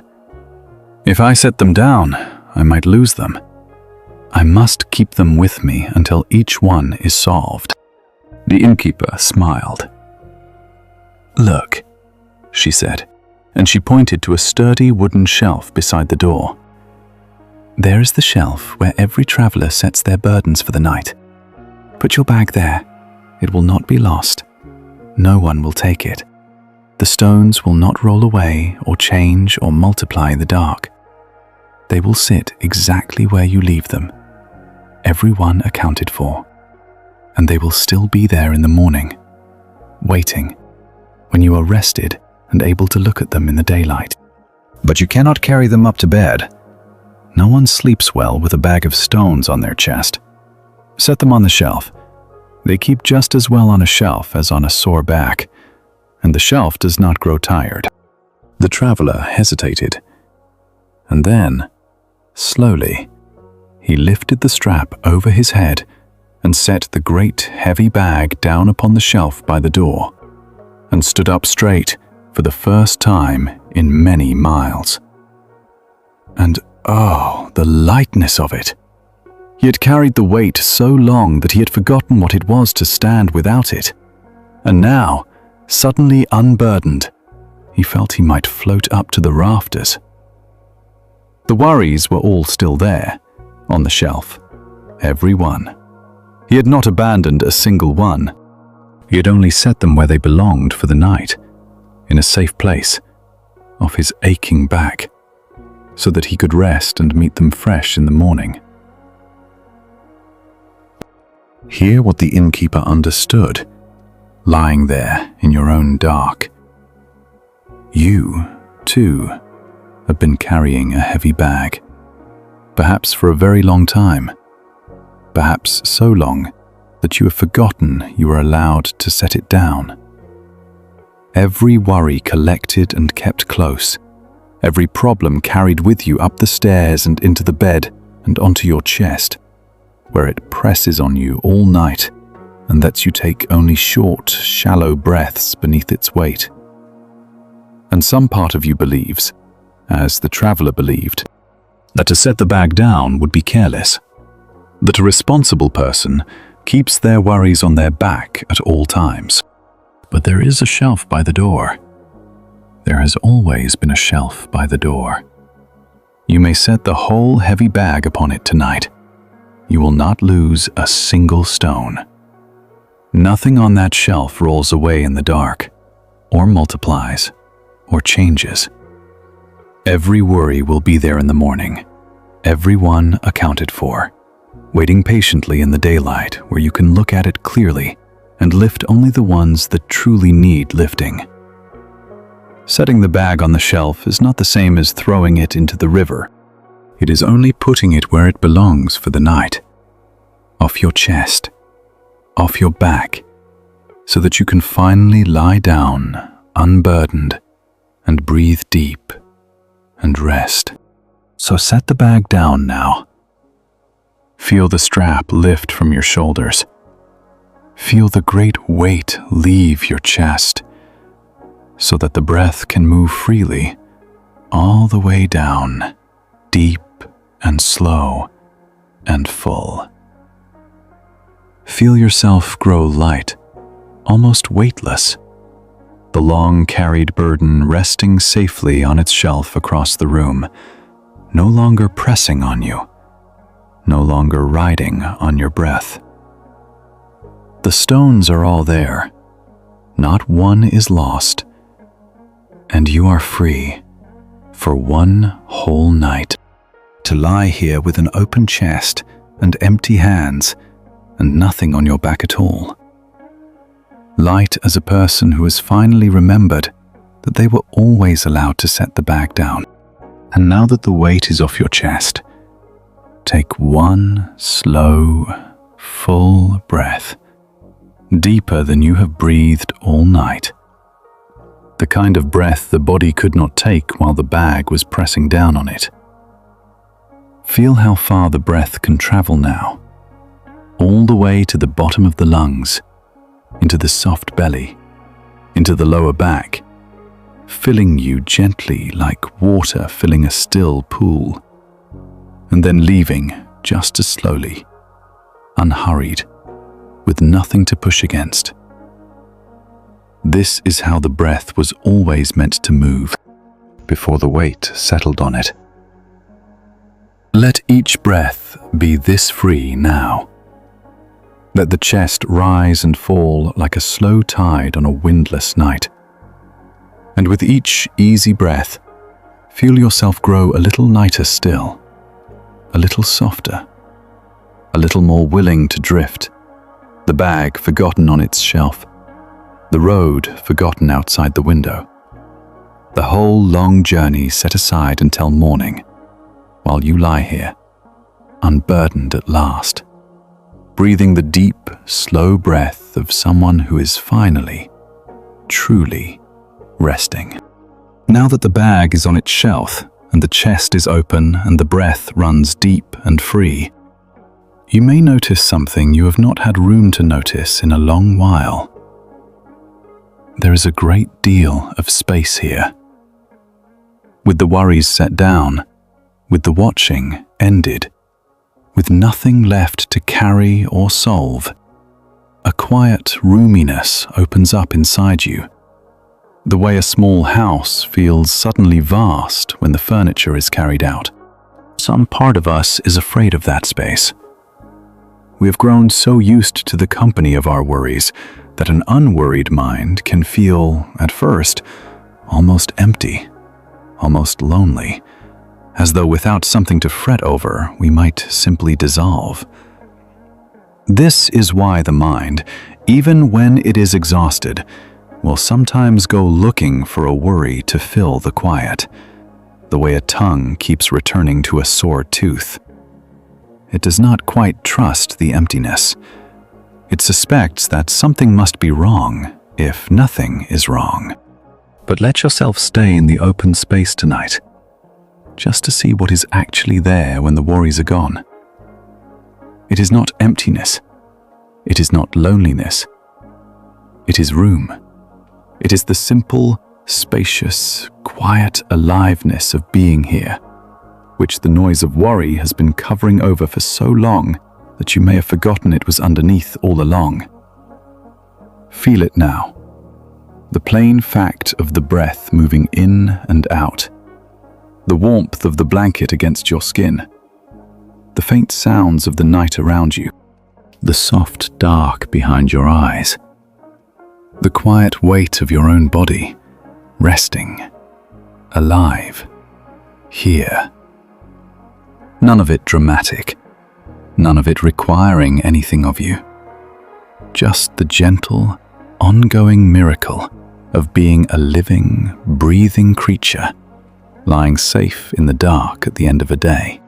This bare moment, with nothing added to it, is enough. It has always been enough. We spend so much of our lives convinced that the present moment is lacking something, that we cannot rest until we have fixed the one more thing, solved the one more worry, arrived at some future point where everything will finally be settled and we can at last relax. But that point never comes, because there is always one more thing, and so we rush our whole lives through the present on the way to a peace that is always just ahead. Tonight, you may stop rushing. You may let this moment be enough, because it is. Nothing is missing from it. The only thing that was ever missing was your willingness to be in it without trying to improve it. Notice that the breath, at least, has always known how to live this way. The in-breath does not worry about the out-breath. The out-breath does not rush toward the next in-breath. Each one simply arrives, complete, and gives way to the next, with no anxiety about what comes after, no regret about what came before. The breath has been your quiet teacher all your life, showing you, every few seconds, how to live one moment at a time without grasping. You need not learn anything new tonight. You need only follow the breath into its simple way of being. In and out. Each breath whole. Each breath enough. None of them reaching for anything. none of them afraid. Let your mind borrow the breath's old wisdom now, and stop reaching, and stop bracing, and simply rest in the one breath that is happening, which is the only breath that ever needs your attention, and which asks for nothing but to be allowed. So let yourself simply be here, in the spacious dark, with nothing to add and nothing to fix. You do not have to make this moment into anything. You do not have to get anywhere from here. You have already arrived, because here is the only place anyone ever actually is. The worries were all about other times, other places. The past you cannot change, and the future that has not come. But you are not in the past or the future. You are here, in this breath, in this warm dark. And here, there is nothing wrong, and nothing to solve, and nothing to figure out. Here, there is only rest. Feel how restful it is to want nothing, to need nothing, to be reaching for nothing at all. This is the deep rest the body has been waiting for all night. The rest that could not come while you were still leaning toward tomorrow. Now you are not leaning anywhere. You are settled, level, still. Like a lake at the end of the day when the wind has finally died and the whole surface goes smooth and dark and calm, holding the reflection of the first stars without a single ripple. Let your mind become that still lake, not empty in a frightening way, but calm and clear and at peace, with all the day's wind finally gone out of it. And in that stillness, let yourself sink.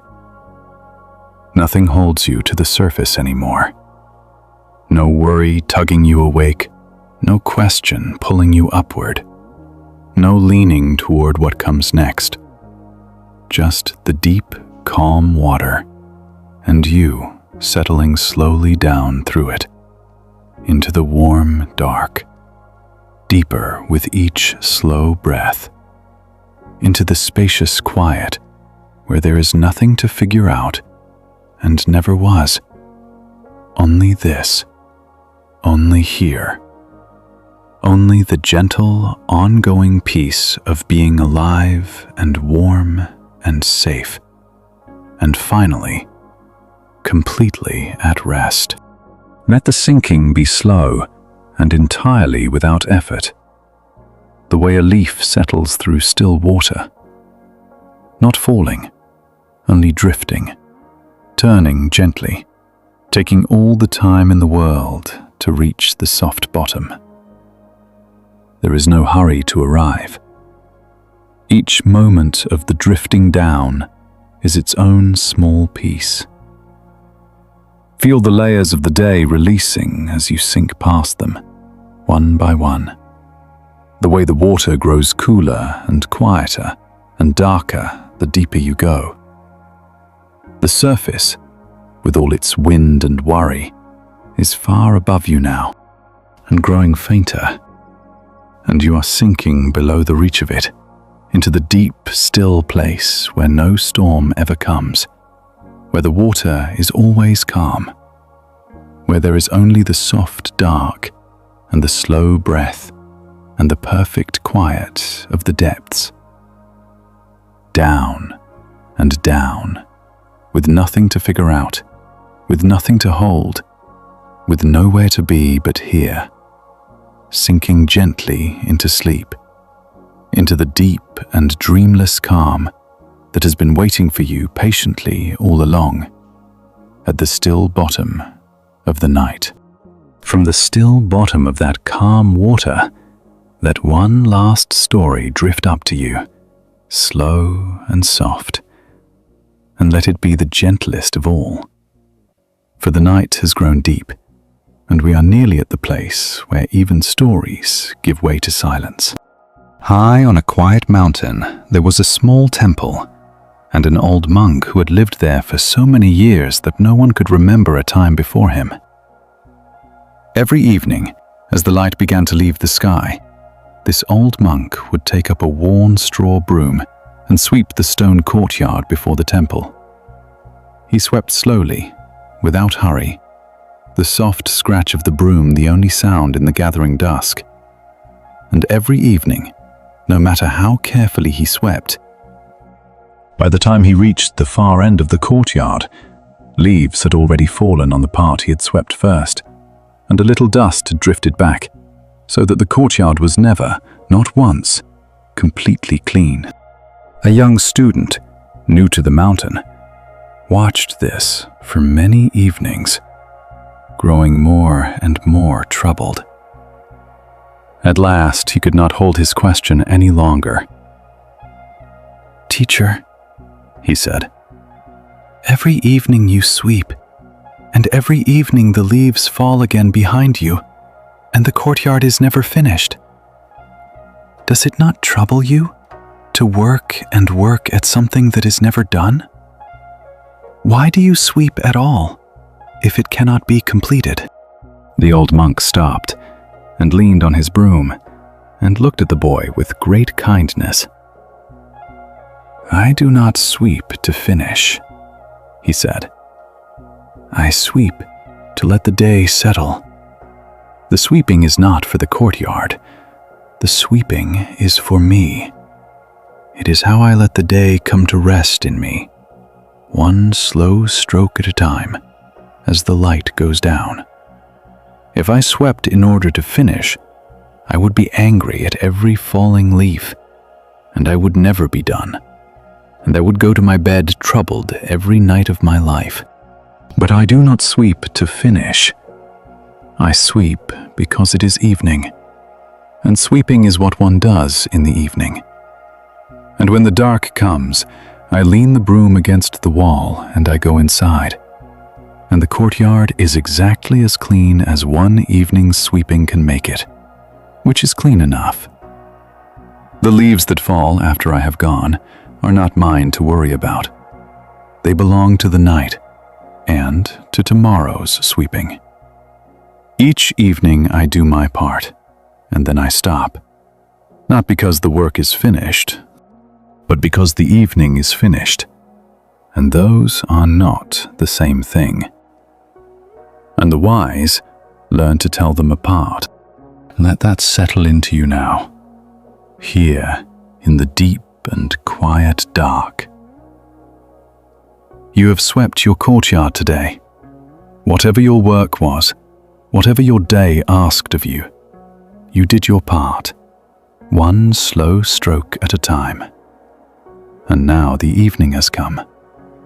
And yes, there are leaves that have already fallen on what you swept. There always are. The day is not finished. It never is. There will be more to sweep tomorrow, as there is every day, for every person who has ever lived. But the unfinished courtyard is not a failure. It is simply the nature of courtyards, and of days, and of lives. Nothing is ever fully finished, and it was never meant to be. To wait for the work to be complete before you allow yourself to rest is to wait for a thing that will never come, and to lie awake every night of your life, angry at the falling leaves. So you may do what the old monk did. You may lean the broom against the wall. You may say, "The evening is finished, and that is enough, and I will go inside now and rest, and tomorrow I will sweep again." And that is how a life is lived, not by finishing, but by doing one's part each day and then laying the broom down when the dark comes. The leaves that fall tonight are not yours to worry about. They belong to the night and to tomorrow. Your sweeping is done, not because everything is solved, but because the day is over. and those are not the same thing. You already know this in your own ordinary life, even if the worried mind keeps forgetting it. The dishes are washed, and by morning there are more.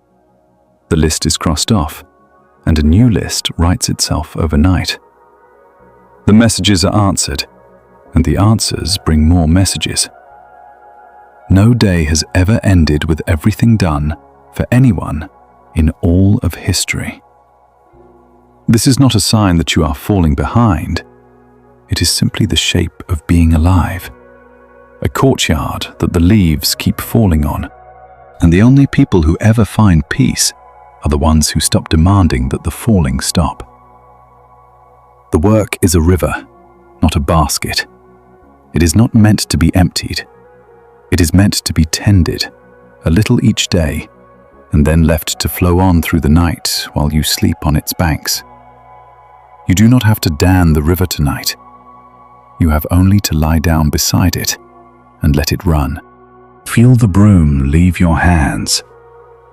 Feel the work of the day lean quietly against the wall, where it will wait, patient for the morning. You have done your part. You have done enough. No one sweeps the courtyard clean forever, and no one is meant to. You are allowed to stop. Not because there is nothing left to do, but because it is night. And night is for resting. And the leaves will keep until the light returns. And with the broom set down and the day let settle, let yourself sink the last small distance into rest, carrying nothing, finishing nothing. Simply a tired and gentle soul who has done their part and may now, at last, go inside, into the warm dark, and lie down and rest, with the unfinished courtyard quiet under the falling leaves and the broom against the wall, and nothing at all left to figure out tonight. The temple is dark. The mountain is still. The leaves drift down softly onto the swept stones, unhurried, making the faintest sound, and no one is troubled by them, and no one needs to be. You have done your part. The evening is finished, and you may rest now, completely, in the deep mountain quiet, while the night does its slow, gentle work all around you and asks nothing of you at all. And now, here in the deep mountain quiet, you may let go of even the stories. You do not have to keep any of them. You do not have to remember the knot, or the gate, or the river, or the lamp, or the stones, or the broom. You do not have to carry away a single lesson from any of it. The stories have done their soft work simply by passing through you, the way a warm bath does its work and is then let down the drain, leaving only the warmth behind in the body. Let them all dissolve now, gently, like figures of mist that gather at the edge of a field at dusk and then thin and fade as the dark comes down, leaving nothing but the quiet field and the falling night. The understanding mind can rest completely now. It has listened and followed and made its sense of things, and that is enough. It does not need to hold on to the meanings. You will not be asked about any of this in the morning. There is no lesson to recite, no insight to keep safe, nothing you must be sure to remember. If every word of this night slips away from you by dawn, that is perfectly well, for the part of you that needed to hear it has already heard, and the part of you that knows how to rest has already begun. And neither of them needs your memory to do their gentle work. So let the words grow soft and meaningless now, if they wish to. Let them become simply a sound, a quiet murmur in the dark, no more needing to be understood than the sound of rain, or the sound of wind moving through far trees, or the slow sound of your own breath. You have been listening with the thinking mind for a long while tonight. Now you may listen with something older and simpler. The way a sleeping animal hears the rain on the roof and is comforted without understanding a single thing about it. The sound is enough. The warmth is enough. The dark is enough. You do not need to follow anymore. Feel how the body has already let go far more than the mind realized. While you were listening, the muscles softened. The breath slowed.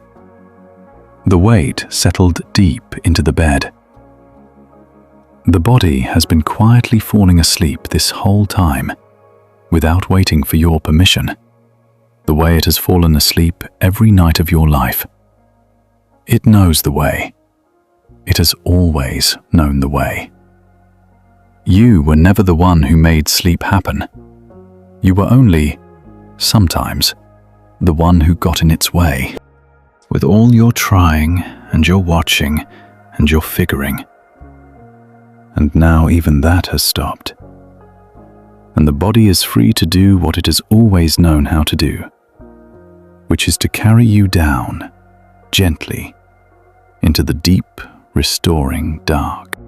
Let the night come closer now, softer, all around you. Feel the cool quiet of the air against your face, and the warmth held close under the blanket. The gentle meeting of the cool and the warm at the edge of your skin, which the body finds so deeply comforting, the way it has always found it comforting, since the very first nights of your life. Feel how still everything has become. The room is quiet. The house is quiet. The world outside the window is quiet. The great dark turning slowly toward a morning that is still many hours away, in no hurry at all, with all the time in the world for you to rest. You have so much time. The night is long and unhurried and entirely yours. And there is nothing you must do with any of it but lie here, breathing slowly, and let yourself be carried down. Let it carry you. Let the breath be slow and small. Let the limbs be heavy and warm. Let the face be soft, the brow smooth, the jaw loose, the eyes still and quiet behind their lids. Nothing here asks to be listened for. Nothing needs to be understood. Nothing needs to be held in memory. There is nothing to figure out. There is only the slow, warm dark, and the slow, soft breath, and the body that knows the way, taking you down, one gentle breath at a time, into sleep. Notice, if you notice anything at all now, how the breaths have grown further apart, slower, softer, each one a little quieter than the last. The way footsteps grow faint as someone walks away down a long corridor into the dark. You are not counting them. You do not need to count anything. They simply come and go in their own slow time, each one carrying you a little deeper, each out-breath a small letting go, a small sinking, a small surrender into the warm and waiting dark. The space between the breaths grows wider and more peaceful. A soft, still pause where there is nothing at all, No thought, no worry, no effort, only quiet. And then the next breath arrives, unbidden, and the next. Each one asking nothing, each one taking you further down into the deep.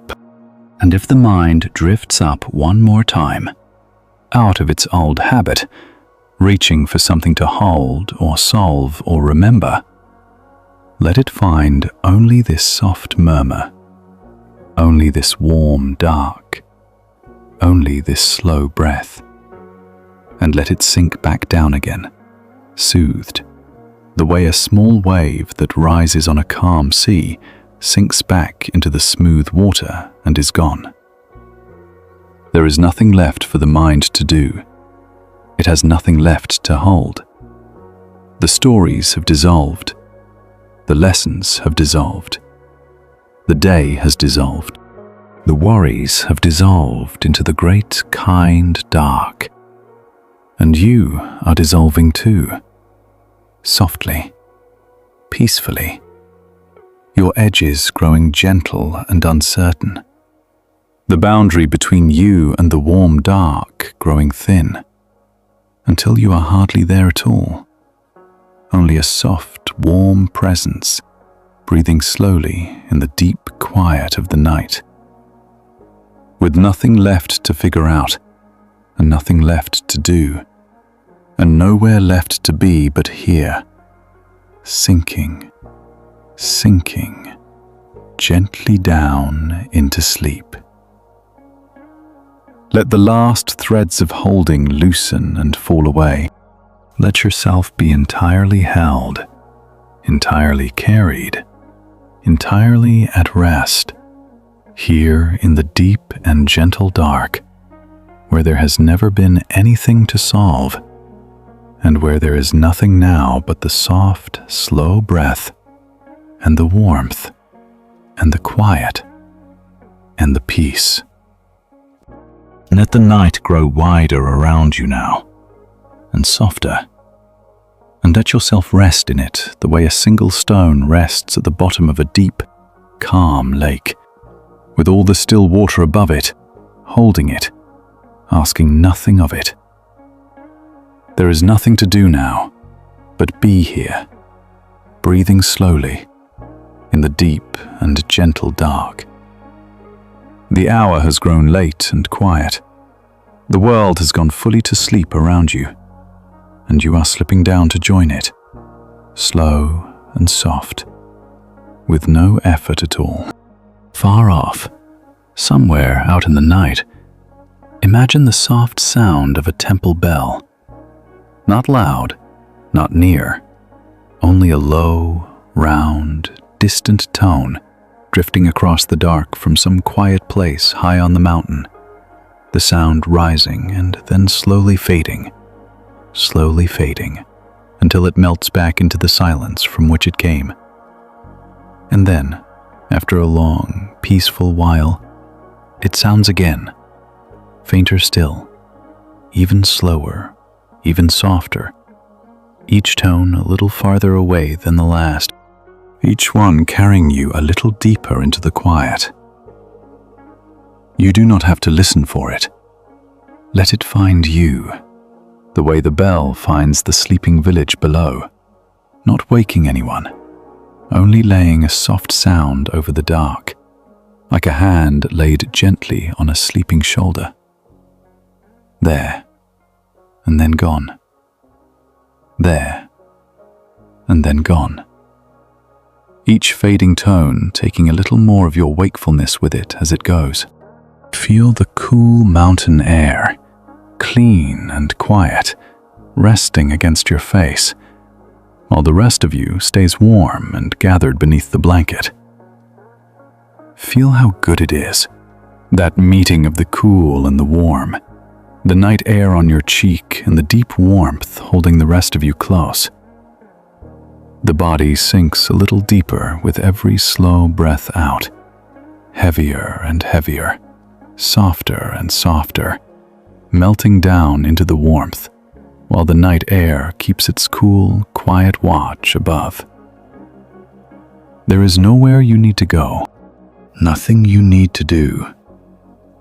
There is only this, the cool and the warm, the dark and the quiet, the slow breath rising and falling, and the far bell sounding once more, softer than before, and fading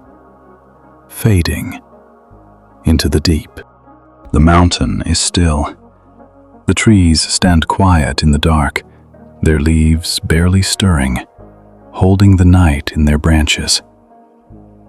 The stream that runs somewhere down the slope murmurs to itself, low and constant and soothing, a sound with no words in it, a sound that asks nothing and means nothing and only flows on and on through the dark, the way it has flowed every night for 1,000 years, the way it will go on flowing long after this night is over. Let that endless, gentle murmur hold you. Let it run beneath your breath, like a current beneath a drifting boat, carrying you, slow and sure, deeper into the night. You are part of the quiet now. You are one more sleeping thing on the still, dark mountain, held by the same cool air, soothed by the same low stream, watched over by the same patient stars. And above it all, the wide night sky, scattered with soft and distant stars, turning so slowly that no eye can see them move, though they have been moving all night, all your life, all the long ages of the world, in perfect silence, asking nothing of anyone. There is so much peace in that slow, silent turning. The moon, perhaps somewhere above the mountain, laying its pale silver light over the sleeping slopes, over the quiet trees, over the still stream, over the roof above you, over you. A soft, cool light that wakes nothing and disturbs nothing, and only blesses the whole sleeping world with its quiet. You are under that same gentle sky. You are held in that same slow turning. There is nothing up there that asks anything of you, nothing that needs your worry, nothing that needs your watching. Only the deep, calm, turning night, holding you and the mountain and the whole sleeping earth in its vast and patient quiet.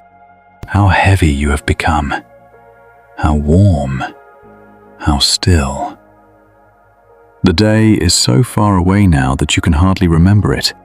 All its hurry and its noise shrunk to nothing, dissolved into the vast, soft quiet of the mountain night. The worries are gone. The stories are gone. Even the wish to sleep is gone, for sleep is already here, all around you, soaking up through the warm dark into your heavy limbs, into your slow breath, into the soft and quiet place behind your eyes. You are not falling asleep. You are already half inside it, the warm dark closing gently over you, the far bell sounding one last time, so faint now you can barely tell whether you heard it at all, or only dreamed it, fading into the silence, into the deep, into the long and gentle dark that has been waiting all this time to hold you. Let the heaviness have you completely now. Let it pour down through you, slow and warm, the way the last light of evening pours down the side of a mountain and pools in the valley below. Feel it gather in your legs, so heavy now they seem to belong to the bed itself, sinking, settling, no longer yours to move, and no longer needing to be moved. Feel it gather in your arms, in your hands, which lie open and still and empty, holding nothing, wanting nothing. Feel it soften the whole long length of your back, and loosen the chest, and slow the breath until it is barely more than a faint, warm stirring at the edge of the dark. Feel it smooth the face, the brow, the eyes, until there is no expression left, only the soft, blank peace of a face at the very edge of sleep. You are so heavy. You are so warm. You are so deeply, completely at rest. And the mountain holds you, and the night holds you, and the slow stream sings its wordless song beneath you, and there is nothing left in all the world that you need to do. There is nothing to figure out here. There never was. There is only the mountain, and the night, and the stream, and the cool air, and the warmth, and the slow breath, and you, sinking softly down through all of it, into sleep. Down into the quiet, down into the warm, down into the deep and gentle dark. There is one last small thing I will show you, here at the bottom of the night. And it is hardly a story at all, only a quiet picture you can rest your tired mind upon. Picture, somewhere on that still, dark mountain, an old monk sitting alone in a small, bare room, with the door open to the night. He is not doing anything. He is not solving anything. He is not even thinking. He is simply sitting, very still, in the dark, breathing slowly, watching the night without watching for anything, letting the dark come into the open doorway and fill the quiet room around him. That is all. That is the whole of it.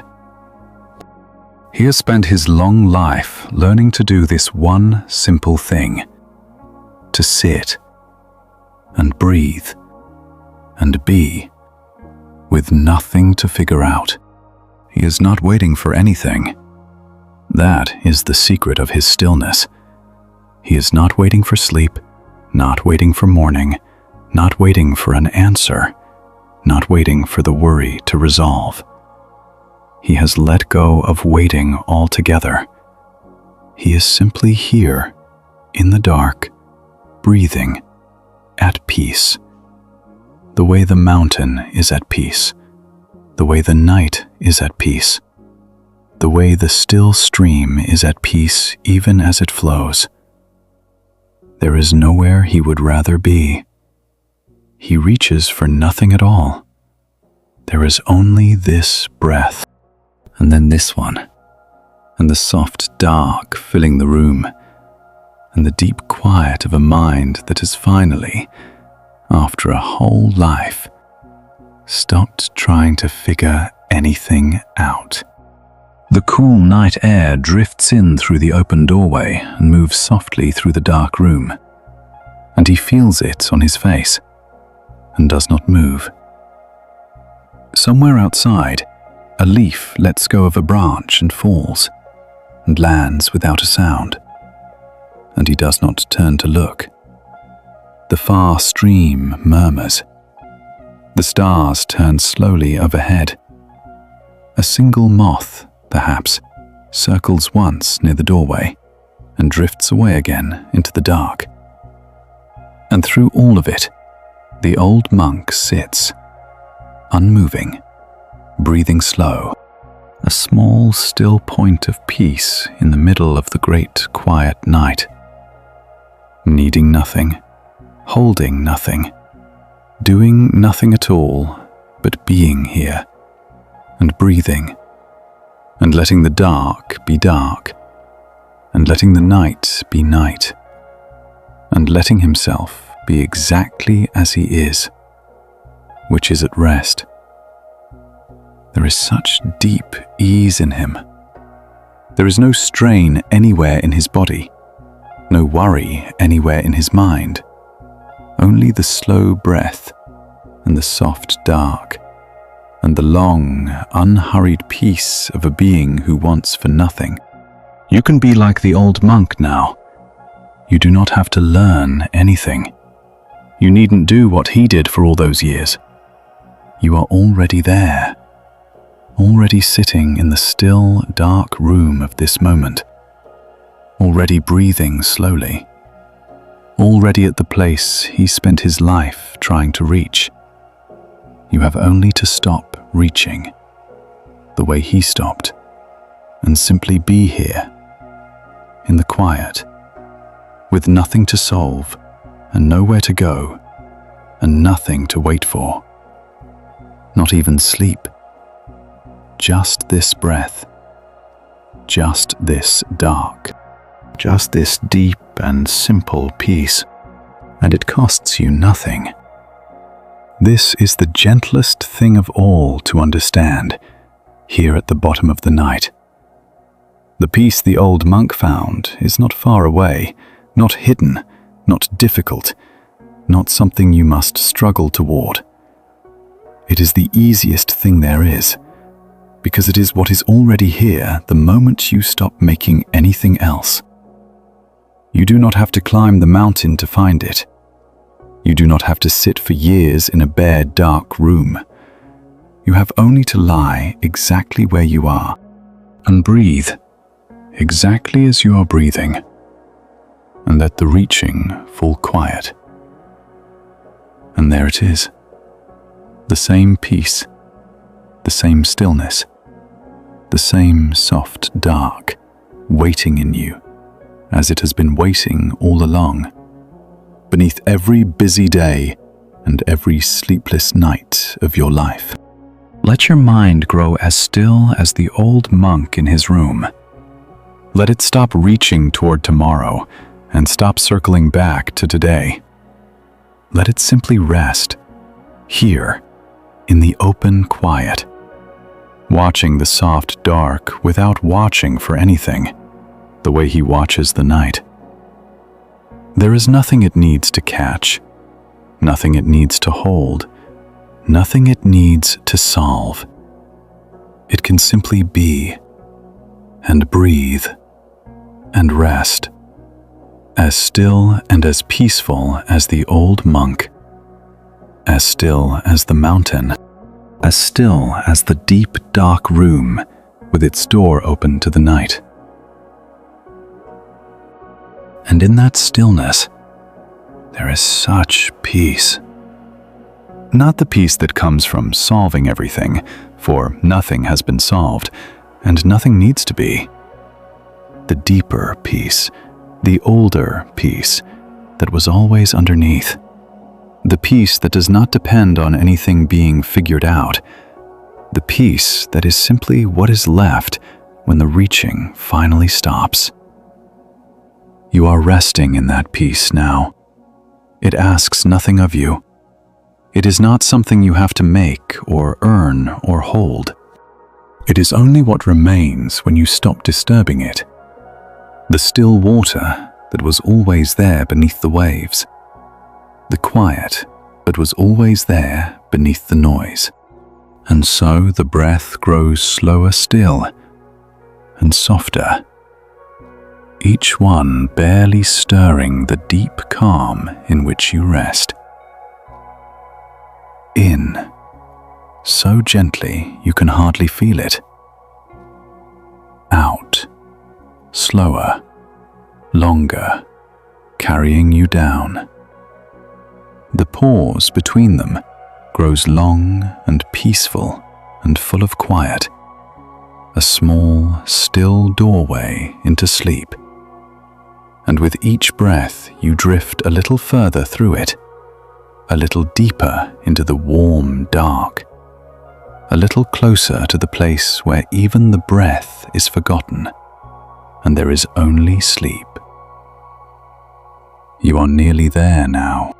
There is almost nothing left of the waking mind, only a soft, warm drowsiness, only the dim, faraway sound of these words, only the deep peace of the still, dark room, holding you, as you let go of the last small thread and slip quietly under.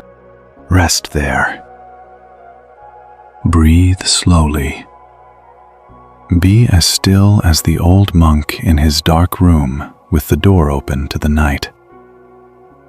There is nothing to figure out, nothing to wait for, nothing to reach for. There is only this breath, and the soft dark, and the deep and simple peace holding you gently as you sink the last small distance down into sleep. Nothing more truly needs to be said now, so let these words become softer still, slower, quieter, just a gentle sound to rest against as you go the rest of the way down. You do not need to follow them. You do not need to understand them. Let them blur, the way the last lights of a town blur and dim as a traveler closes their eyes in the back of a slow cart, carried home through the dark.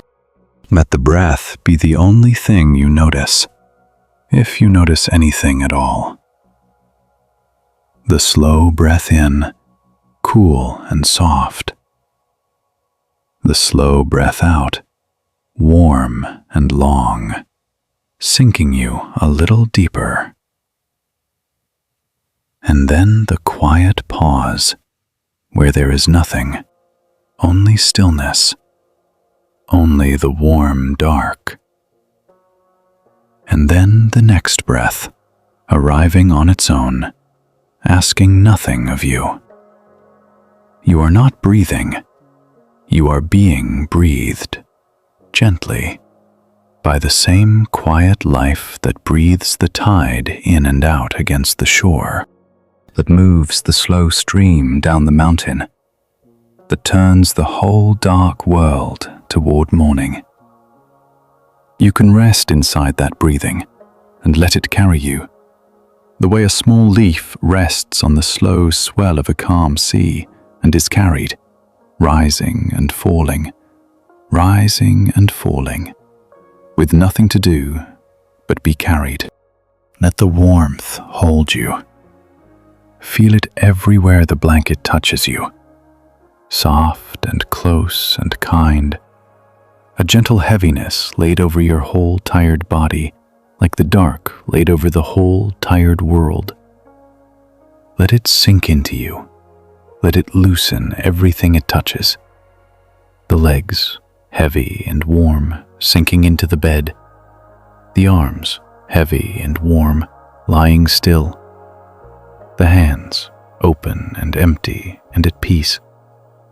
The chest, rising and falling, slower and slower. The shoulders, soft.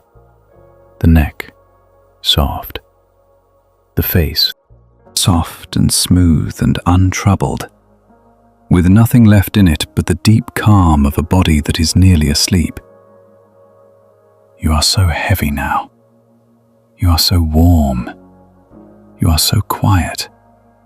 Nothing holds you anywhere now, and you are holding nothing. Only the warmth and the weight and the slow breath and the soft dark carrying you down. Every part of you that worked today, every part of you that worried, every part of you that braced and reached and held on, can rest now, completely, sinking deep into the warm and patient dark, with nothing more asked of it tonight. And the dark is so kind. Let it close around you the rest of the way. Not a frightening dark, never that. Only the soft and gentle dark that holds the whole sleeping world tonight. The same dark that holds the mountain and the stream and the old monk in his quiet room. The same dark that has held every sleeping soul who ever lived, faithful and warm and patient, asking nothing, only holding, only keeping, only carrying the tired, down into rest. You are part of that dark now. You are dissolving softly into it, your edges grown gentle. The boundary between you and the warm night grown thin and soft and uncertain, until there is barely any you left at all. Only warmth, only breath, only the deep and gentle dark, and the quiet, and the peace. And time itself has grown soft and slow and kind. There is no clock here, no hurry, no hour you must reach. The night stretches out around you, long and unhurried and gentle, with all the time in the world for you to rest. More time than you could ever need. Wherever you are in it, you are early. There is no being late to sleep. There is no rushing toward the morning. The morning will come on its own, in its own good time, soft and golden through the window. And until then, there is only this long, quiet, dark. And you may take all of it, every slow hour of it, to rest as deeply as you like. Let the slowness hold you. Let the long, unhurried night be a wide, soft field you are lying down in the middle of, with the whole gentle dark stretching out in every direction, and nowhere at all that you have to be. So let the breath slow even further. Let each one come a little later than you expect, a little softer, a little farther down. There is no need to take the next one quickly. The body knows when. You can wait in the warm dark between the breaths, in that soft and peaceful pause, and trust that the next breath will come gently on its own, the way it always has, the way it always will. And in that trusting, let the last of your holding go. Let the mind, which has worked so hard for so long, finally lie down beside the body and rest. Let it stop its watching. Let it stop its turning. Let it stop entirely and be still and quiet and at peace, here in the deep, warm dark, where there is nothing it needs to do and nothing it needs to guard, and nothing at all that it needs to figure out. There is nothing to figure out. Nothing needs solving. There is nowhere to be but here, in the warm dark, sinking slowly down into sleep. The day is gone. The worries are gone. The stories are gone. The words are nearly gone. There is only the breath growing slower, and the warmth growing deeper, and the dark growing softer, and you growing quieter and quieter, and more at peace, drifting down, down, into the deep and dreamless rest that has been waiting for you all along. Let go now. The last small distance. Let the breath slow until you lose track of it. Let the dark close gently over you. Let yourself sink, soft and warm and unafraid, all the way down, into sleep, into the deep, into the long, kind night that holds you and asks nothing, and will carry you safely all the way to the morning. There is nothing left to do, and nothing left to figure out. There is only rest now, only the warm dark, only sleep gathering you in, soft as snow, gentle as a hand, deep as the still bottom of a calm, dark sea. Down and down and down, into sleep. Softer, slower, deeper, letting go of everything, holding nothing, carried gently into the quiet, into the warm, into the deep and dreamless dark, where you are safe and held, and finally, at rest. If you are still here, somewhere at the soft edge of sleep, you need do nothing now but drift. And if you have already gone, then these few quiet words will only follow you down, like a gentle current beneath a sleeping boat, asking nothing, carrying you on. So slow now, so warm, so deep in the quiet dark. There is almost nothing left for you to do, and even that little is not really yours to do anymore. The breath does itself. The warmth holds itself. The dark keeps itself. And you simply rest in the middle of it all, lighter than you have felt in a long while. Set down at last, carried at last, with no weight on you anywhere, and nothing pulling at you, and nothing waiting for you that cannot wait until the morning.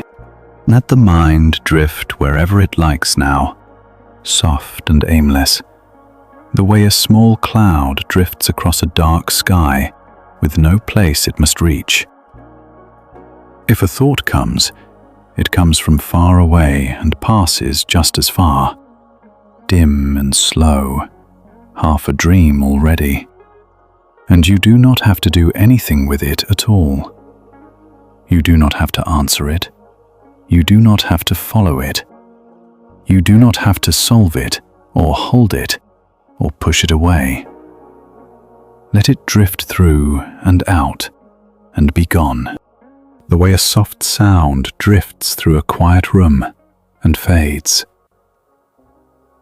The mind is off duty now, fully, at last. It has put down its work and laid down its watching, and it is drifting, gentle and free, at the warm edge of sleep, where thoughts grow thin and shapeless and slip away like mist. And perhaps, behind your closed eyes, soft pictures have begun to come, the way they do at the edge of sleep, faint and shifting and strange, melting one into another, making no sense and needing to make none. A face you half remember, a path through somewhere green, a light on water, a door. Let them come and let them go. You do not have to understand them. You do not have to hold them. They are the first soft edges of dreaming, drifting up to gather you in, and you can let yourself wander among them, loose and easy and unafraid, letting them carry you the rest of the way across, from the shallow, warm waters of waking into the deep, calm dark of sleep, where the dreams will hold you gently all night long. Feel how completely the body has surrendered now. It is no longer holding any part of itself. It has given its whole weight to the bed, and the bed has given its weight to the floor, and the floor to the earth, and the earth holds all of it, all of you, effortlessly, the way it holds the mountains and the sleeping seas. You are not holding yourself up in any way at all. You have let the holding go, every last thread of it.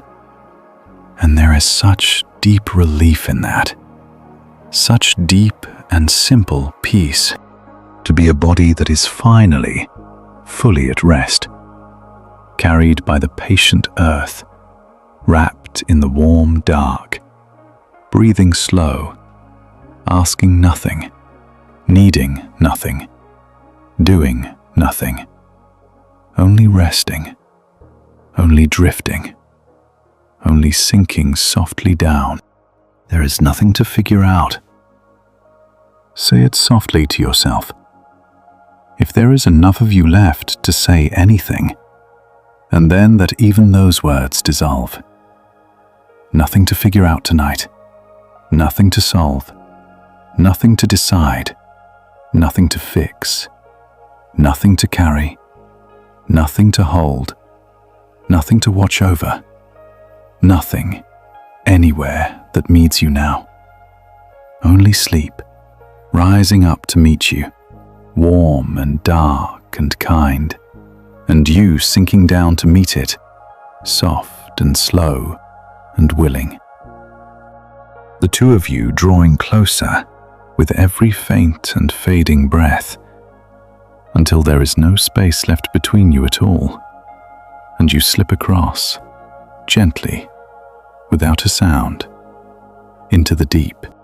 So drift, so sink, so let go completely. You have done enough. You have carried enough. You have worried enough for one day, for one night, for one life. You're allowed to set it all down now and rest, fully, deeply, the way you have not let yourself rest in a long, long while.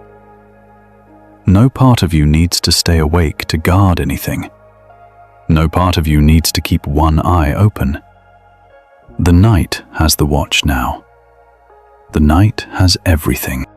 You can let go of all of it and sink into the warm dark with your whole weight, your whole trust, your whole tired and gentle self, and be held, and be carried, and be at peace. And whatever you carried in here tonight, whatever brought you to this dark and quiet hour, it is so far away now, so small and so soft, hardly more than a faint shape on a distant shore you are drifting away from with every gentle breath. It cannot reach you here. It does not need to be answered here. It is waiting patiently on its far shore for the morning, and the morning will come, and you will meet it rested and whole and kind, and it will be smaller in the light, the way these things always are. But that is hours and hours away, and there is nothing of it left to touch you now, here in the deep, warm dark, where you are drifting, safe and held, further and further from all of it, down into the deep, into sleep, softer now, slower now, the breath barely there, the warmth all around you, the dark, deep and kind, the quiet, complete, and you drifting at the very edge, then over it, then gone, down into the deep and dreamless rest, where there is no figuring, and no solving, and no waiting, and no worry, where there is only the long, warm dark, and the soft, slow breath, and sleep, and peace, and rest, all the way through to the morning. There is nowhere else to go now, and nothing else to do, and no other moment to reach. Only this one, soft and warm and complete. And then the next, softer still. And then the slow slipping under, where one quiet moment melts into the next, and you no longer notice the difference, no longer notice the breath, no longer notice the words, no longer notice anything at all, but the deep, warm dark closing gently over you like still water, and the long, kind, dreamless peace of sleep taking you in, holding you close, carrying you safely through the night. Sleep now. There is nothing left to do. Sleep now, and let the night carry you home. And so we come to the end of the night's quiet journey. Though you may be far past hearing it now, deep in your own warm dark. And that is exactly as it should be. These last few words are not really meant to be followed. They are only a soft hand drawing the blanket up over a sleeping shoulder. A last gentle kindness laid over you as you rest, asking nothing, expecting nothing, only wishing you well. If anything stays with you from this night, let it be only this, and let it stay the way warmth stays in a body after the fire has gone out, without your having to remember it. There is nothing to figure out tonight that there was. The night was never the room where the answers lived. It was only ever the room where you were meant to rest, and the answers, when they come, will come on their own, in the soft light of some unhurried morning, the way they always have, the way they always will. You do not have to reach for them in the dark. You never did. You only have to lie here, breathe, and let yourself be held, and trust that the morning is good with the things that the night cannot solve. Whatever you carried in here tonight is safe. It is set down on its shelf by the door. It is waiting at the gate. It is small and still in the quiet dark, untended and unfed, growing no larger. It is resting on its far shore, hours and hours away, patient, and it will keep until the light returns. You did not abandon it by letting it go. You only let it wait, so that you could rest, so that you could meet it tomorrow as the rested and gentle and capable person you will be once you have slept. That is not carelessness. That is the deepest kind of care. The care that knows when to stop. The care that lets the hands grow still in the dark. And the morning will come. It always comes. Quietly, without any effort from you. While you sleep, the dark will thin at the edges of the world, and a soft grey light will gather, and then a little gold, and the birds will begin somewhere, and the day will open its doors on its own, the way it has every morning since long before you were born. You do not have to summon it. You do not have to lie awake to make sure it arrives. It is already on its way, faithful as the tide, and it will find you rested if you let it. And the things that loomed so large in the dark will be smaller and plainer in its light. The way the knot worked loose in the morning sun, the way the worry shrank at the gate, the way these things always do. But that is hours away yet, and there is nothing of it that needs you now. Let the morning take care of itself. Your only work tonight is to rest. So rest now, fully. The shop is closed, the lamp is out, the oars are laid down. The broom leans against the wall. The bag of stones is on its shelf. The worry waits at the gate. The mind is off duty. The body is at peace. And the whole great, kind night is holding you, the way it has held every tired soul who ever lay down in the dark and trusted it. The way it will hold you safely now, all the way through, to the morning. Nothing more is asked of you now. There is nowhere you need to be but here. There is nothing left to solve, and nothing left to carry, and nothing, anywhere, to figure out tonight. Only the warm dark, and the slow breath, and the deep, soft, dreamless rest, gathering you in, holding you close, carrying you gently down. Let the very last of your wakefulness go now, softly, the way a hand at last lets go of something it has held too long. Feel how little is left of the day in you, how little is left of the worry, how little is left even of the wish to do anything at all.